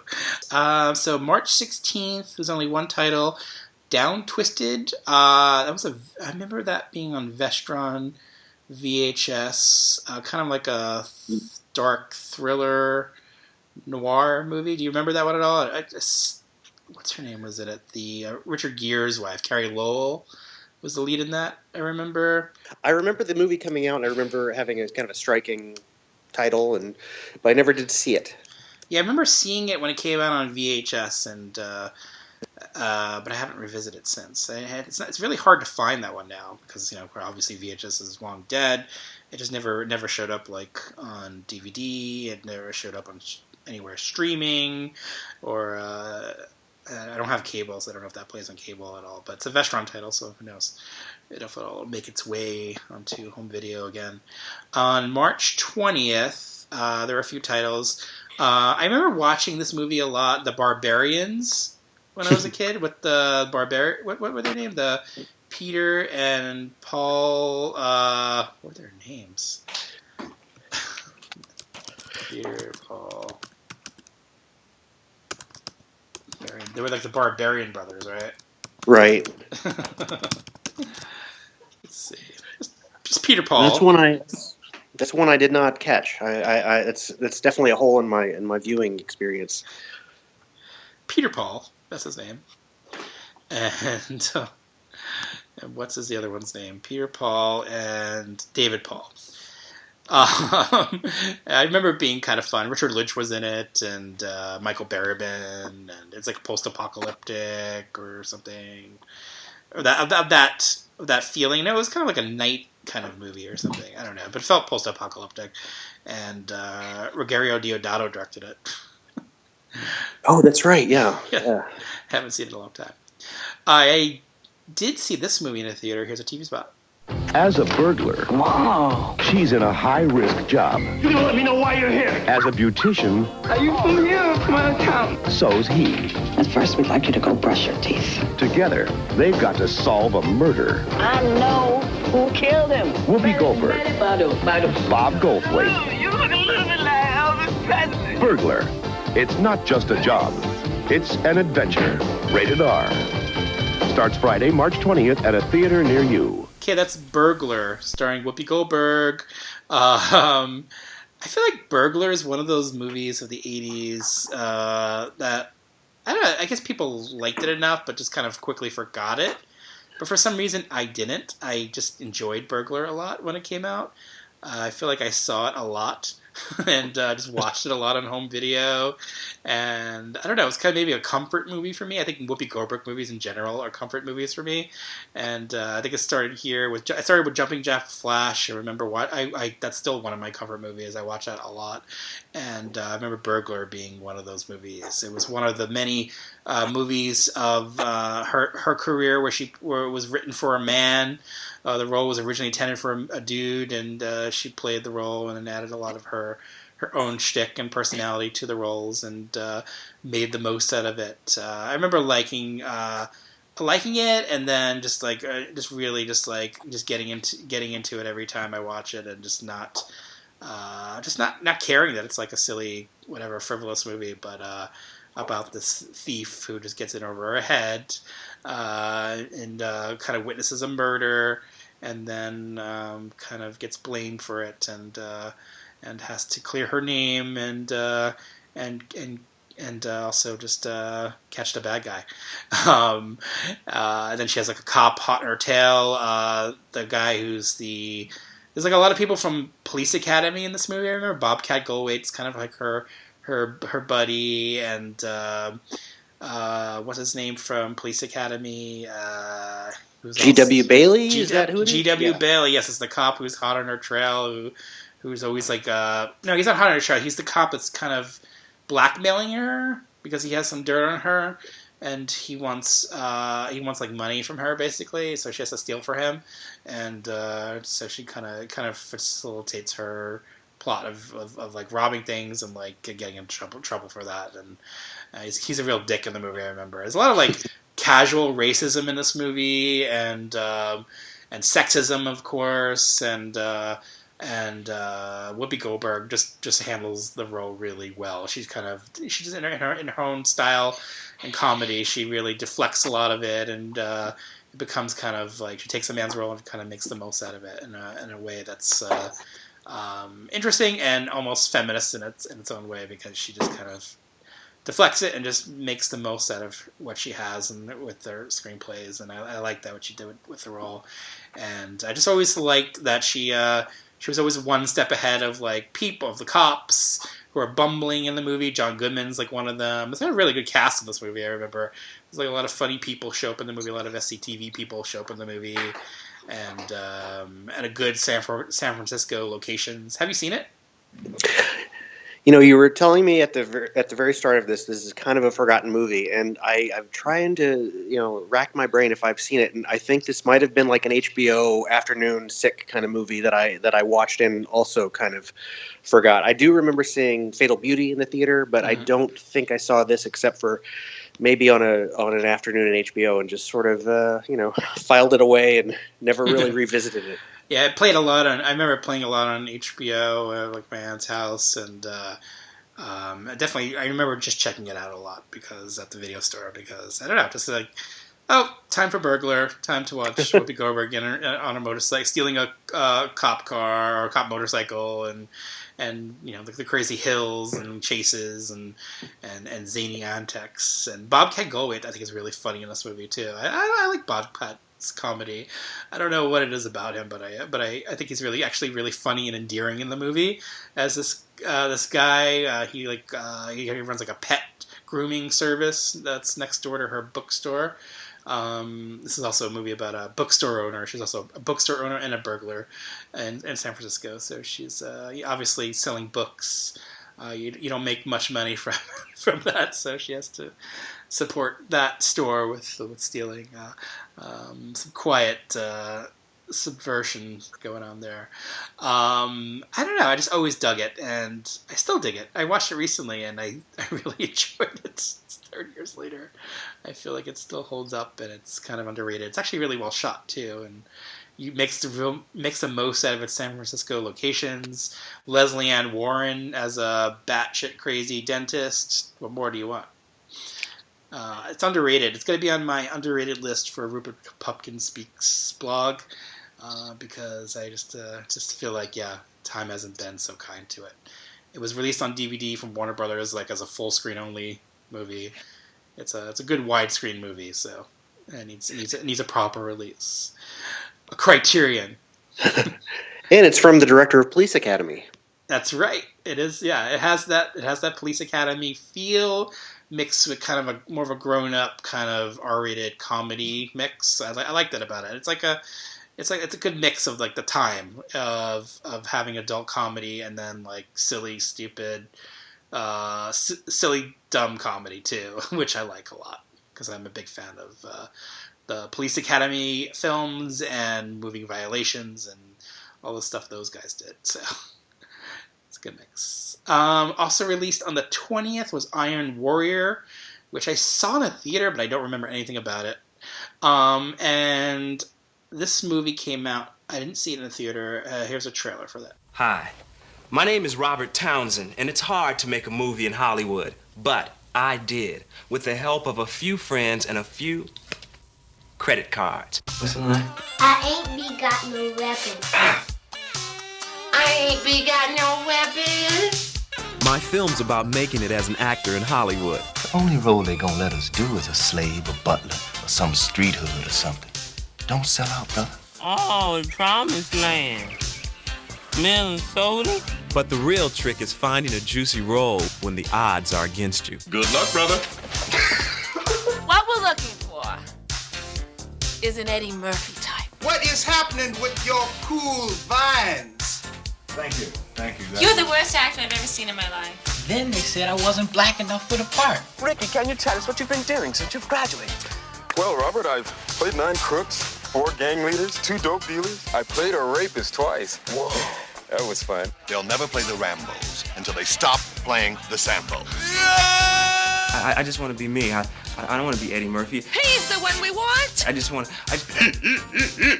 Hollywood Shuffle.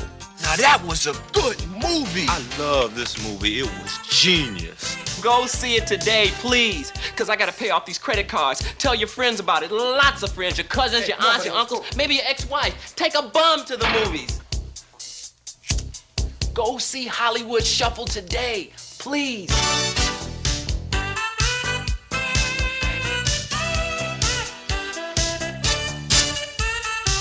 Okay, Hollywood Shuffle, Robert Townsend's comedy about an actor trying to make it, a black actor trying to make it in Hollywood. I always enjoyed this movie. I think it's really funny and a good independent movie of the time. I feel like this is when independent movies were suddenly getting some good notice and were coming into their own in the late 80s, especially hitting a stride in 1989 with like Sex, Lies, and Videotape.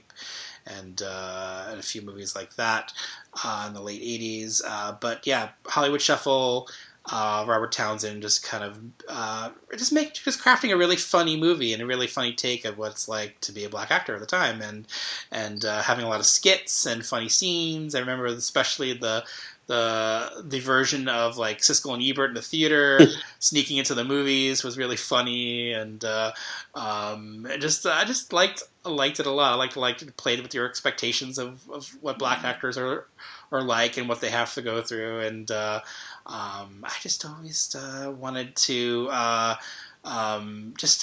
find myself in a position where I could I don't know, be in that world, and I think watching a movie like Hollywood Shuffle wanted me to be like an actor in movies. I think kind of like something about it drew me to that world, and I just thought it was kind of funny. I like the skits for sure in the movie. Have you seen it? I have seen it. This is another one that I saw at the theater. I saw it at this theater that we had in town, which is no longer here, called the Williams Theater, which was at the bottom of building on the basement, and they had an ice skating rink right next to it, and they had a huge auditorium. I'm sure it was the biggest in town at the time, and I did really like the movie.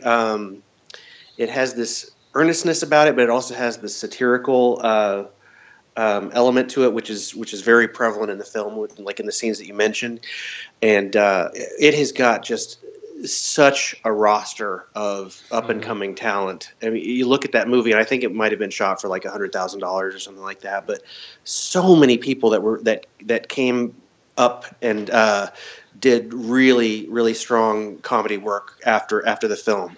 It's a pretty wonderful movie.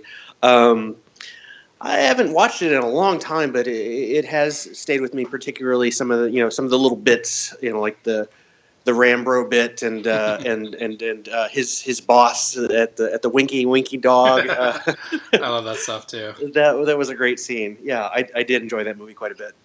It's been a while since I revisited it too. I just need to. I have the Blu-ray from, I think, Olive Films put it out. They sent me a copy. I need to break it open and watch it finally.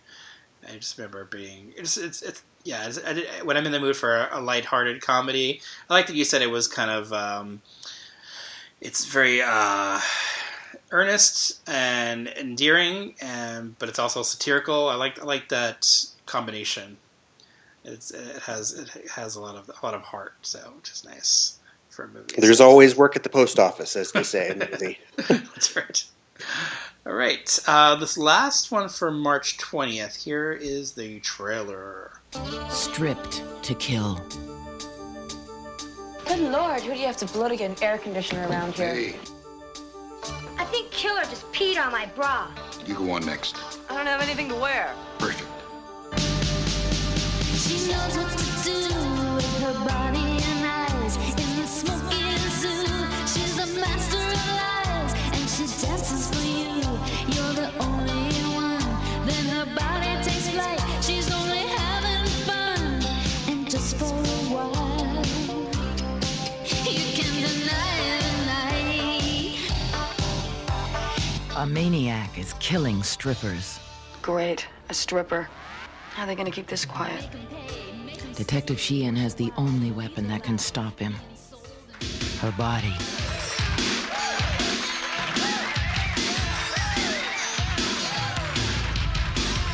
And it's more than just going out there and turning them on. It's like something's cutting loose. Yes, I will burn you down.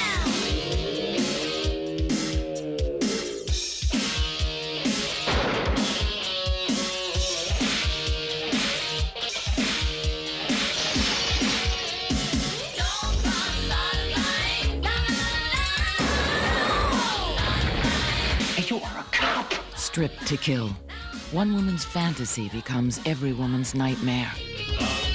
Stripped to Kill. What a great title. I mean, come on, Stripped to Kill. Who doesn't want to go see Stripped to Kill?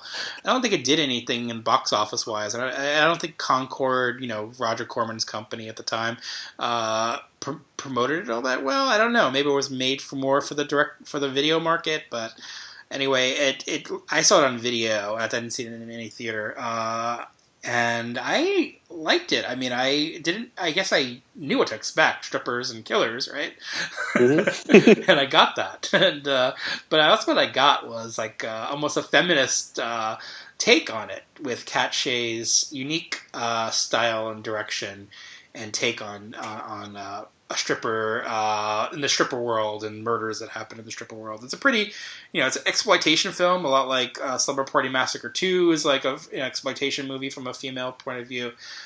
This one definitely has some interesting things to say about that. And Kay Lenz is a star. She plays this cop who's undercover as a stripper to find a killer, as you would do. And I don't know, I just always really liked this film. I think it's a solid film, solid genre effort from Kat Shea and her husband at the time, Andy Rubin.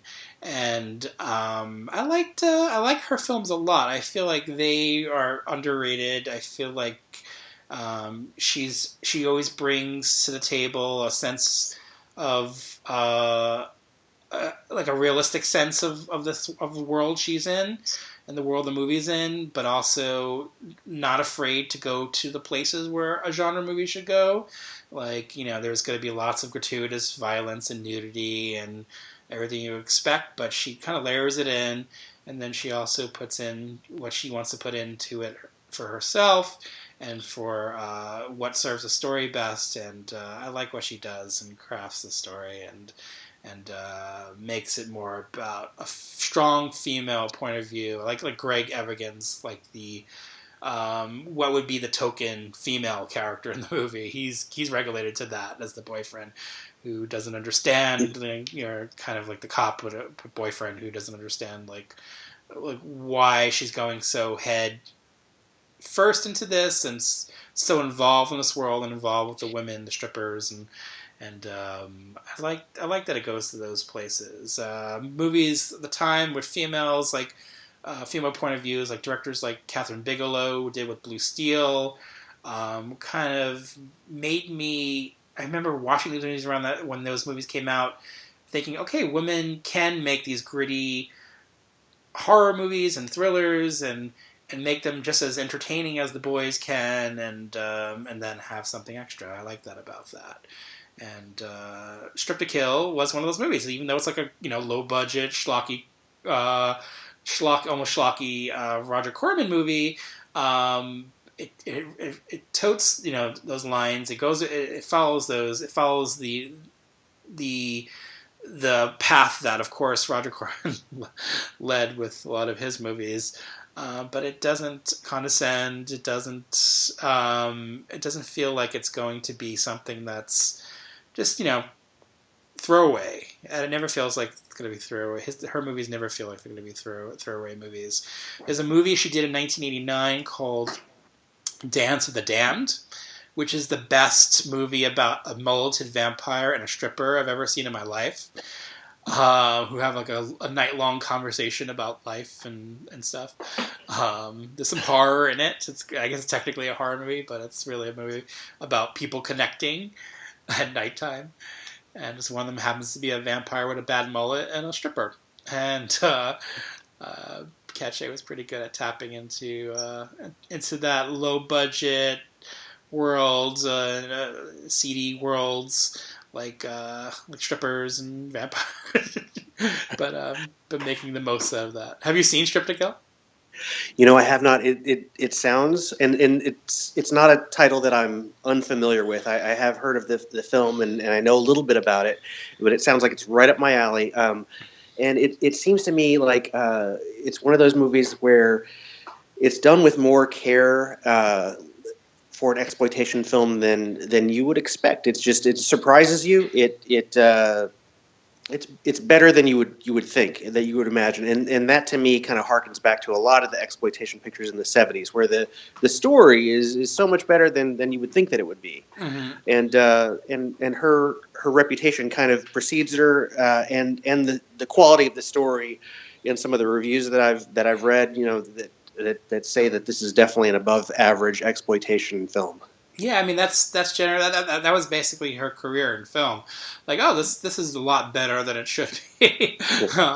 When you get to The Rage Carrie 2, I know some people hate that movie or some people just dismiss it as a dumb sequel, but I think it is one of those movies. It's a lot better than it should be. It's a sequel to the Carrie, and it shouldn't be good by any definition. But I happen to love that movie.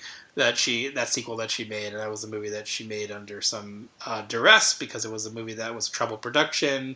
They had fired the male filmmaker off the movie, and hired her a few weeks in, and she went right in and fixed the problems and finished the movie on time and on budget.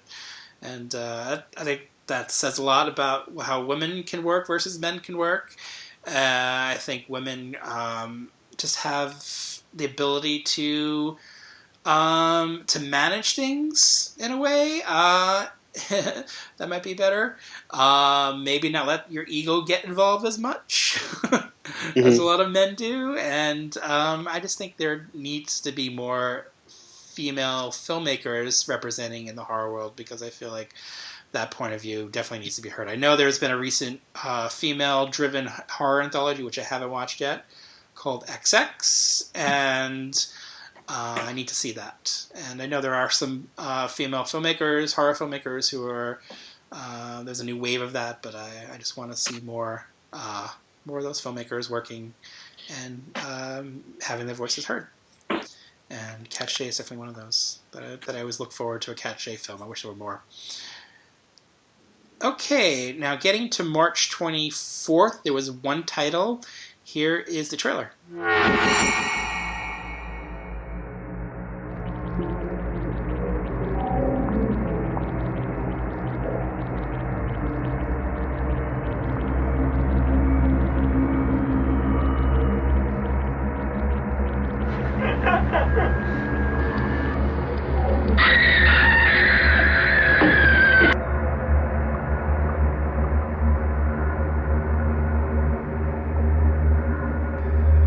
Show some respect for him now. Get some shovels and we'll bury him out in the field. Move your ass.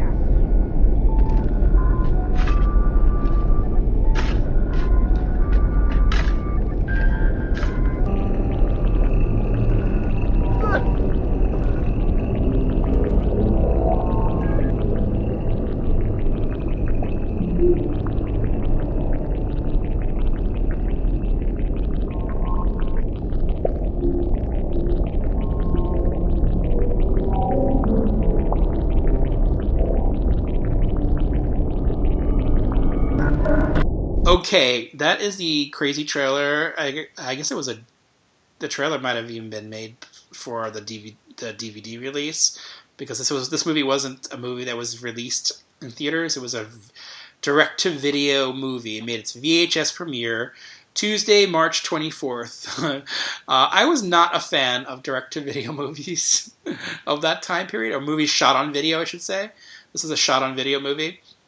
One of the first ones of that time period. There were a few before this movie, definitely, but this is one of the first ones that I remember seeing. And I know Boarding House was maybe the first shot-on-video horror movie. That was several years before this. And I remember seeing this movie and thinking, what the fuck? A story about two brothers and a farm, and I'm not going to give away too much because I really think you should see this movie. I want everyone to see this movie some way. It is a movie that once you watch it, you will never forget it. Take that for what you will. There are lots of disgusting things that happen in this movie.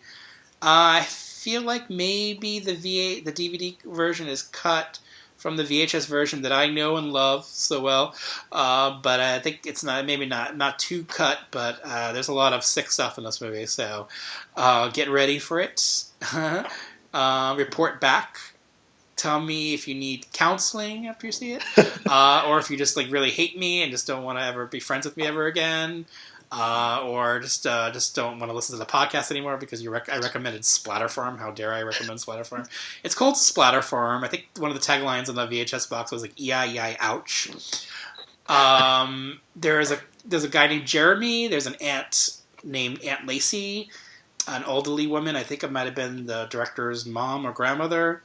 It's that kind of movie. It's a DIY movie by the Polonia brothers, who had a long string of direct-to-video or made-for-video movies, shot-on-video movies, and they were kind of well-known in that world, so this is one of their early efforts, and it is something to behold.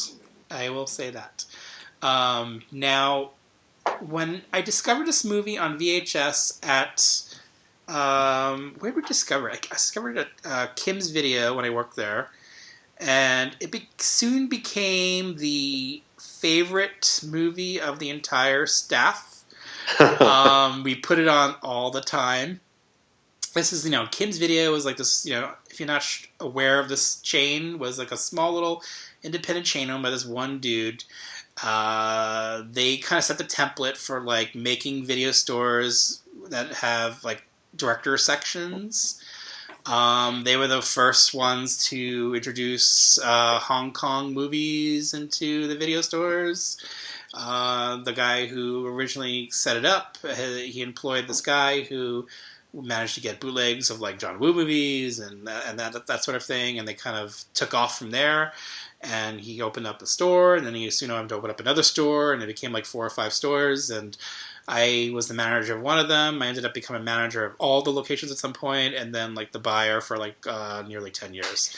And this chain stores, we would watch crazy movies all the time. A lot of filmmakers would come there and famous people. I think I've shared some of those stories before. We would put on some pretty movies that are inappropriate for a video store, and Splatter Farm was definitely one of those movies. It probably scared away some customers, but that was kind of like whatever. That's like you come into that store expecting knowing that something is crazy going to be on the screen. That's what Splatter Farm was. The entire staff knew the movie by heart, including the security guards who worked there, who love like reciting some of the lines of the movie. And it was a big deal for us. It became like, it got to the point where we had to like stop. We had to hide the tape because we would watch it too much. So it was like, where's Splatter Farm in the store? So I think at one point, one of the employees looked like the entire night on a shift to find the VHS tape for the movie. Because I think I might have hit it, or someone hit it because it was becoming too much. Too much of an obsession for us. And it's definitely something you need to see. I say this movie, Splatter Farm, and Island of Death. Have you seen that? No, I haven't. From 1975. It's on DVD. Maybe I think it's on Blu-ray. Actually, I have the Blu-ray. That's another movie. Once you see it, you can't unsee it. And but if I'm in the mood for something like that, I'll put on like a Splatter Farm or Island of Death, and they definitely make me smile because they're so out there bonkers, and a big WTF movie. So I highly recommend Splatter Farm. Well, you've sold it to me, so I will be watching it very soon. Hopefully some DVD copies move of that one. Or just, I don't know if it's available on YouTube or not. I might have a warning screen before it, if there is, but it's interesting for sure. March 27th, there were a few movies. There was Dirty War, not familiar with that one. The Hanoi Hilton, which I remember that VHS box. That might have been a Canon film. Law of Desire, the Almodovar film, which I didn't get a chance to revisit this time. So I need to watch that again. It's been a long, long time, so I can't really talk about it since I can't, going off my memory. I sort of sometimes mix up the early Almodovar films. So it's not a good thing to do, especially when you're under the heavy influence of Scotch, as I've been under tonight. I don't start talking about Matador or something else, like another totally different movie. And then Pretty Kill, which one word, I haven't seen that. But it sounds good, Pretty Kill. Last 2 March movies. Here's the TV spot for the first one. Bruce Willis is Walter Davis. The pressures of business are ruining his day. But tonight, a blind date will destroy his entire life. Attention, everybody. Walter, fired. Let's get out of there, hey! Kim Basinger, Bruce Willis, Moonwalk! and John LaRoquette. Blind Date. Rated PG-13. Starts Friday at a theater near you. Okay, that's Blind Date, the Bruce Willis, Blake Edwards film, which is one of the biggest hits of the month. This one made like nearly $40 million at the box office, which I think is technically, I guess after Lethal Weapon is the biggest movie of March. And I can understand why it was a big hit. It's definitely a big, funny, silly comedy that will appeal to a big audience at the time, and in the mood to go to the theater with the family or with the girlfriend or with whoever boyfriend and see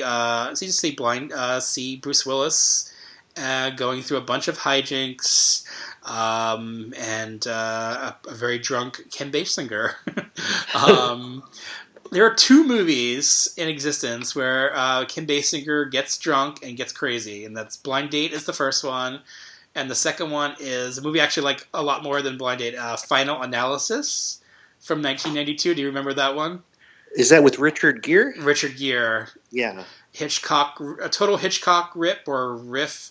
I love that movie. It's she drinks and she gets crazy in that one too. I like that. There's a lot of twists in that one too. I need to revisit that one. I like that one a lot. This one, I love Blake Edwards. I think he crafts a lot of really funny movies with a lot of set pieces, and you get a lot of like John Larroquette chasing Bruce Willis down for the entire movie. He's the jealous boyfriend or ex-boyfriend of Kim Basinger, and she's at this point getting drunk, and he's got to impress a lot of clients, like important Japanese clients, like in every 80s movie. There's a little fear of Japan, fear of the Asians, and he of course his date, his blind date, really sets the tone for the evening, and has a lot of issues with alcohol, gotta say. He knows, the thing about this movie is he knows off the bat that she shouldn't get drunk. He lets her get drunk because he's a typical guy who wants to get a woman drunk, which makes me dislike him immediately. The problem I have with this movie is actually Bruce Willis. I don't like Bruce Willis in general. Like, I think I like him as an actor, as a presence, a screen presence. I have heard a lot of horror stories about Bruce Willis since seeing these movies, so I have a different view of Bruce Willis than I used to back then. And I kind of hampers the movie a little bit for me, just because I don't want to see him in the lead. I want to see someone else who kind of maybe is someone a little bit more genuine, and I don't know. I don't want Bruce Willis in the movie, but I do enjoy this movie a good deal. I think it's really funny, and like I said, a lot of set pieces, and I think that's always good for comedy and screwball slapstick comedy. I think Blake Edwards did it better with some other late 80s movies and early 90s movies like Skin Deep and Switch, but I do enjoy Blind Date for what it is. Have you seen it? Yeah, I saw all three of them mentioned at the theater, and they all kind of share one thing in common for me, is they all have like these very, very funny moments that are very memorable. And I don't know if like on the whole they're as successful, but they definitely have some moments that stay with you. And specifically I'm thinking of like the glowing condom scene in Skin Deep. Did see this one at the theater, haven't seen it since. I do remember before it came out that there was a lot of anticipation for this movie, because there was a teaser that was particularly effective that was shot, and footage that was shot specifically for the teaser, and really kind of built up the movie. And I enjoyed it at the time, but maybe didn't live up to my expectations based on the teaser, but I did like the movie. Yeah, it was fun. I mean, Blake Edwards was making fun, silly movies. Like he did the year before this, he did A Fine Mess with Ted Danson and Howie Mandel. Yeah, I remember seeing that as a double bill with something like a horror movie, and just enjoying it for what it was. And then Blind Date, I definitely enjoyed it for what it was. And then I had like the same exact experience revisiting it on Blu-ray recently. Just like enjoyed it for what it was, trying to get beyond the whole Bruce Willis business. Yeah, it's definitely fun, and I like Kim Basinger. She's always charming. I just wish her role was written better. I mean, I feel like her character is like this, person who's drunk and like causing all this trouble, and then you're supposed to find her endearing anyway, and it's not a very meaty role for her. And I think she's a good actress when given the right roles. Like, for example, in Final Analysis, I think she's really good in that. And she just needs to find the right roles. And I think even in Batman, she was underutilized, and a couple other things. But I like her a lot. Obviously, she was really good in LA Confidential, and she won the Academy Award for that, so she deserved it. All right, so our last one, here's Steve Spot. Jonathan Fisher is a reporter with a deadline. Why is it I can't get anybody to talk to me out here? Look, I gotta go. He's about to get a dangerous idea. But he'd better wise up fast, because there's only one way to survive on the streets.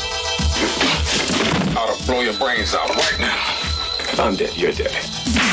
Christopher Reeve, Morgan Freeman, Street Smart. Okay, so that's the TV spot for Street Smart with Christopher Reeve, Cannon Films, Street Smart.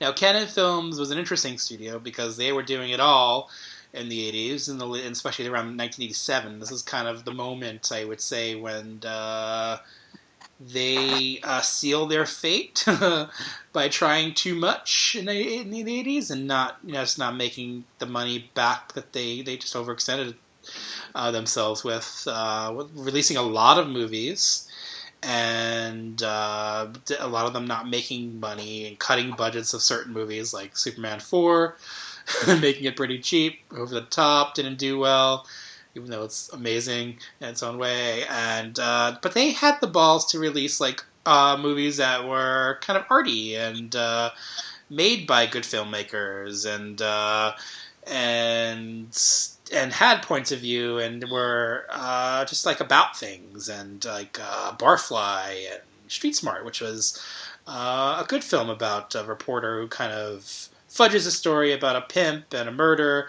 and just kind of gets in over his head and just kind of becomes a bigger thing. And it's a very complicated movie in some ways because the Christopher Reeve character is not someone you would think is you would immediately think, oh, Christopher Reeve's in this movie, so he's like this reporter, he has a lot of integrity, and he's Superman. You just look at him as Superman, of course, but he has some flaws. He has some big flaws in the movie, and obviously he's like changing a story and faking a story, and he's sleeping with prostitutes, and there's stuff going on in the movie that is interesting, and I remember seeing this in the theater and thinking, okay, this is something a bit different. This is not what I'm expecting with Christopher Reeve, but enjoying it and getting kind of engrossed in the story.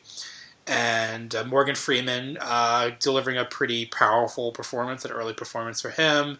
He was in Lean on Me not long after this. But making a big splash in this movie. I think he got a lot of critical attention and with this one. But the thing with this movie is that it didn't do well at all.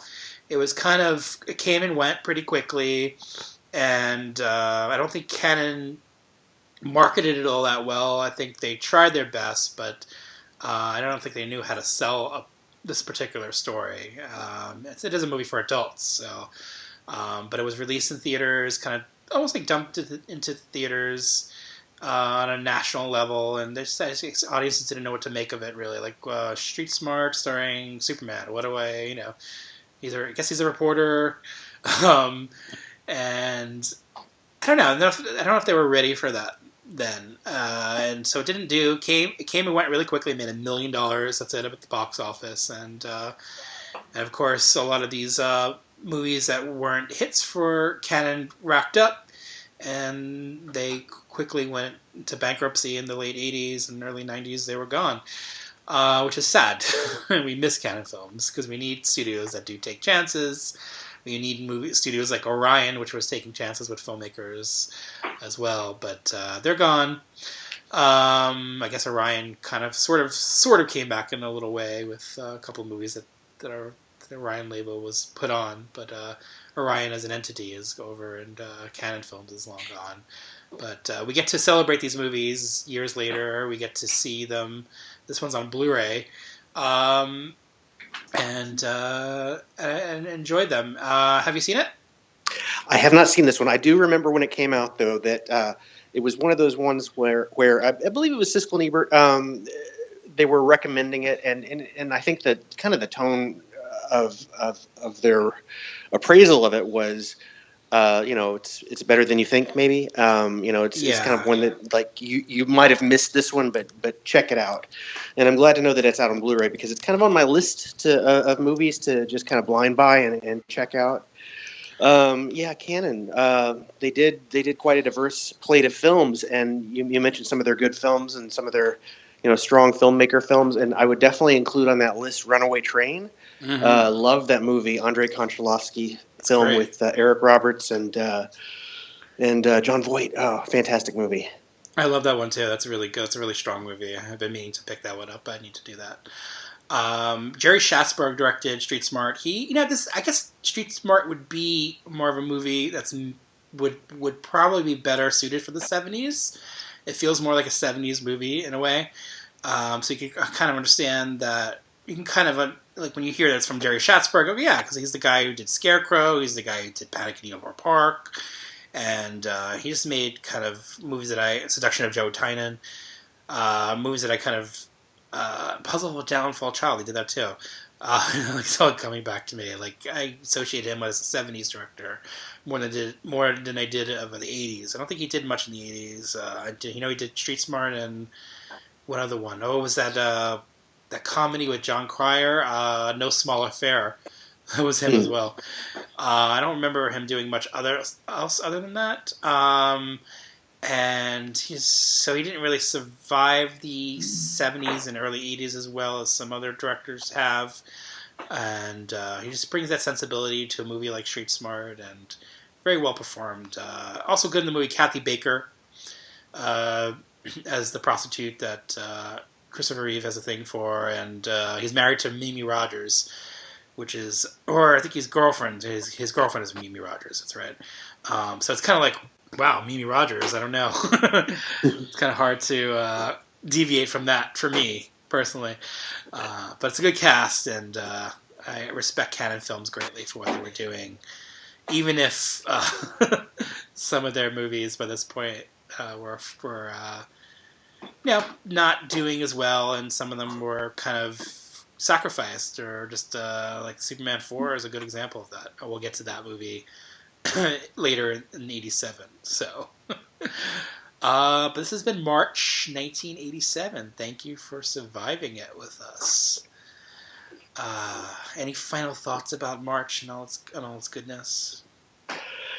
Just looking at the list, and just looking at, say, I believe it was March 6th, and what was that? Lethal Weapon and Angel Heart, and just kind of looking back at the calendar and just being amazed at what it would have been like to just be of age to go catch an R-rated flick and a couple R-rated flicks in the same day, and come up with that sort of experience going from one to the other. We just don't have it quite that same right now. I mean, the movies are all right, but boy, that was some month, and I appreciate you asking me on for this, because this is a fantastic month and a fantastic year for movies. I want to compare 1987. Compare March of. All right, we talked about all those movies. So March 2017. This is what we got. I guess that wasn't Logan was the big hit of this year, of this March. I haven't seen it because I'm not into superhero movies that much, and I hear it's pretty violent and it's actually pretty good. Have you seen that one? Yeah, I'm not into superhero movies as much either. Like, where I stand on them is that they're done by an interesting director or someone that I like, or if there's an element to them that really draws me in. Otherwise, I could probably skip it. And this was one that I maybe otherwise would have skipped because I'd heard, and I went because I'd heard some strong things about it. And I don't know, I'm a little kind of burnt out, I guess. Yeah, I'm a little burnt out too. I'm just not just going to see them anymore as much. Just not my thing right now. Kong Skull Island, how was that? That was okay. It was all right. Again, I go into these things and have kind of elevated expectations. I get excited, and then they end up being kind of meh experiences for me. But it was fun. There were some things I liked about it, but on the whole, kind of forgettable. Yeah. I feel like that's the thing with a lot of these movies. They will be kind of forgotten after a while. Like Beauty and the Beast remake. I mean, it's a big, huge tentpole movie, but I don't know. I don't think anyone's going to be like clamoring for that 30 years from now. Maybe not. I mean, looking at this is just less. I guess they would release more movies theatrically, and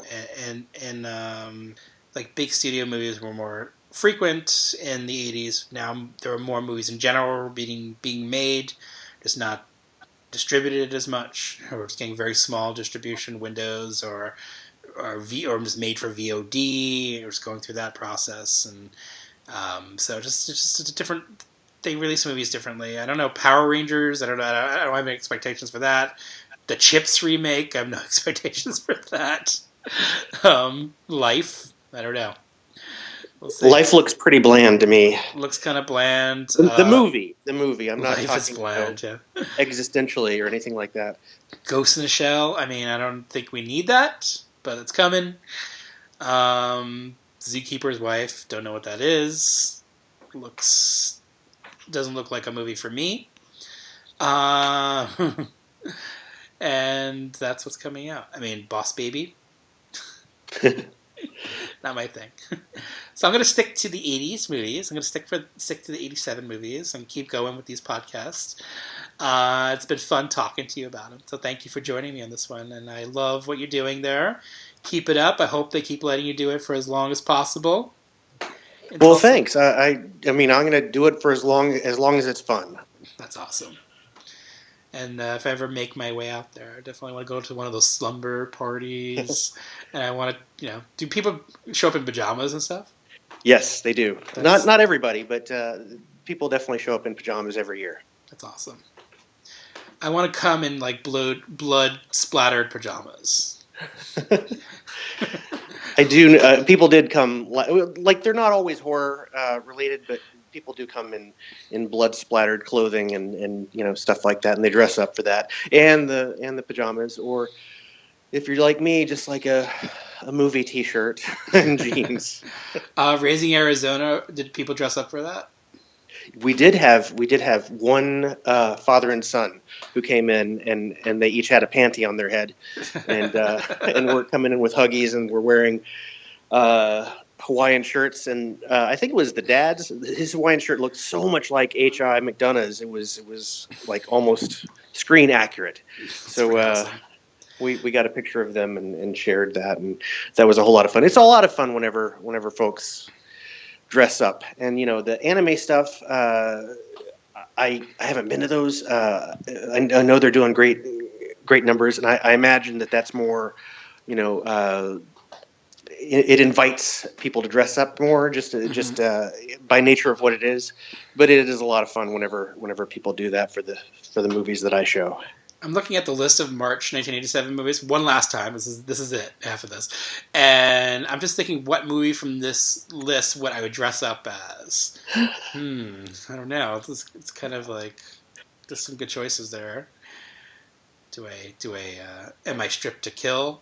do I dare? No, maybe not. That'd be scary. I think I definitely want Tawny Kitane's hair and witchboard. Maybe bring a Ouija board with me. Get big hair like that. Big red hair. You could bring the drain if you want. or just bring the drain in general on a toothbrush.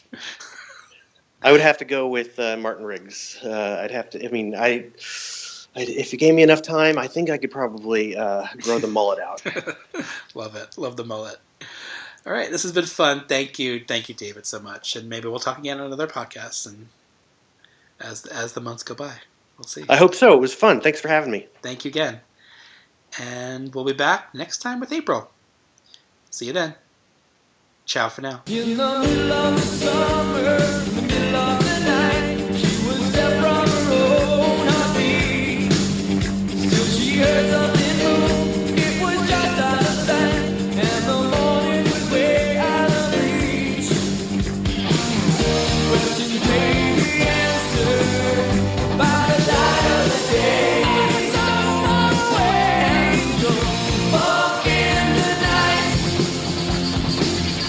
Walk in the night.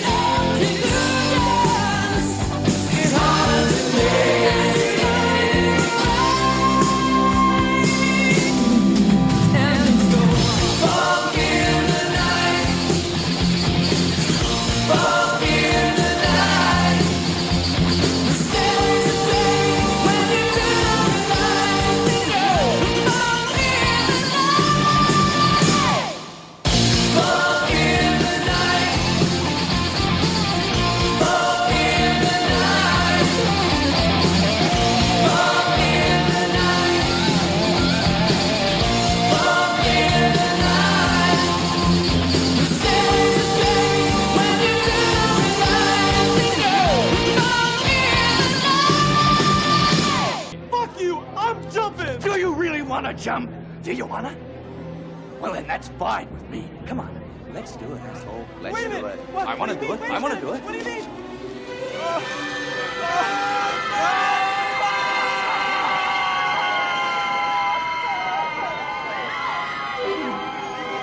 Someday, we are going to be in movies and rock videos and everything.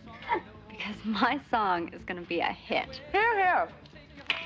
Yeah, a million years from now when you finish writing it. I'm going to finish it this weekend for sure. Sheila. Why not? Right. I'm not driving anywhere, and besides, the men won't be here till tomorrow. Won't your dad get mad? No. He'll think my pervert brother did it. Besides, it goes great with corn dogs. Oh, you twisted woman. God.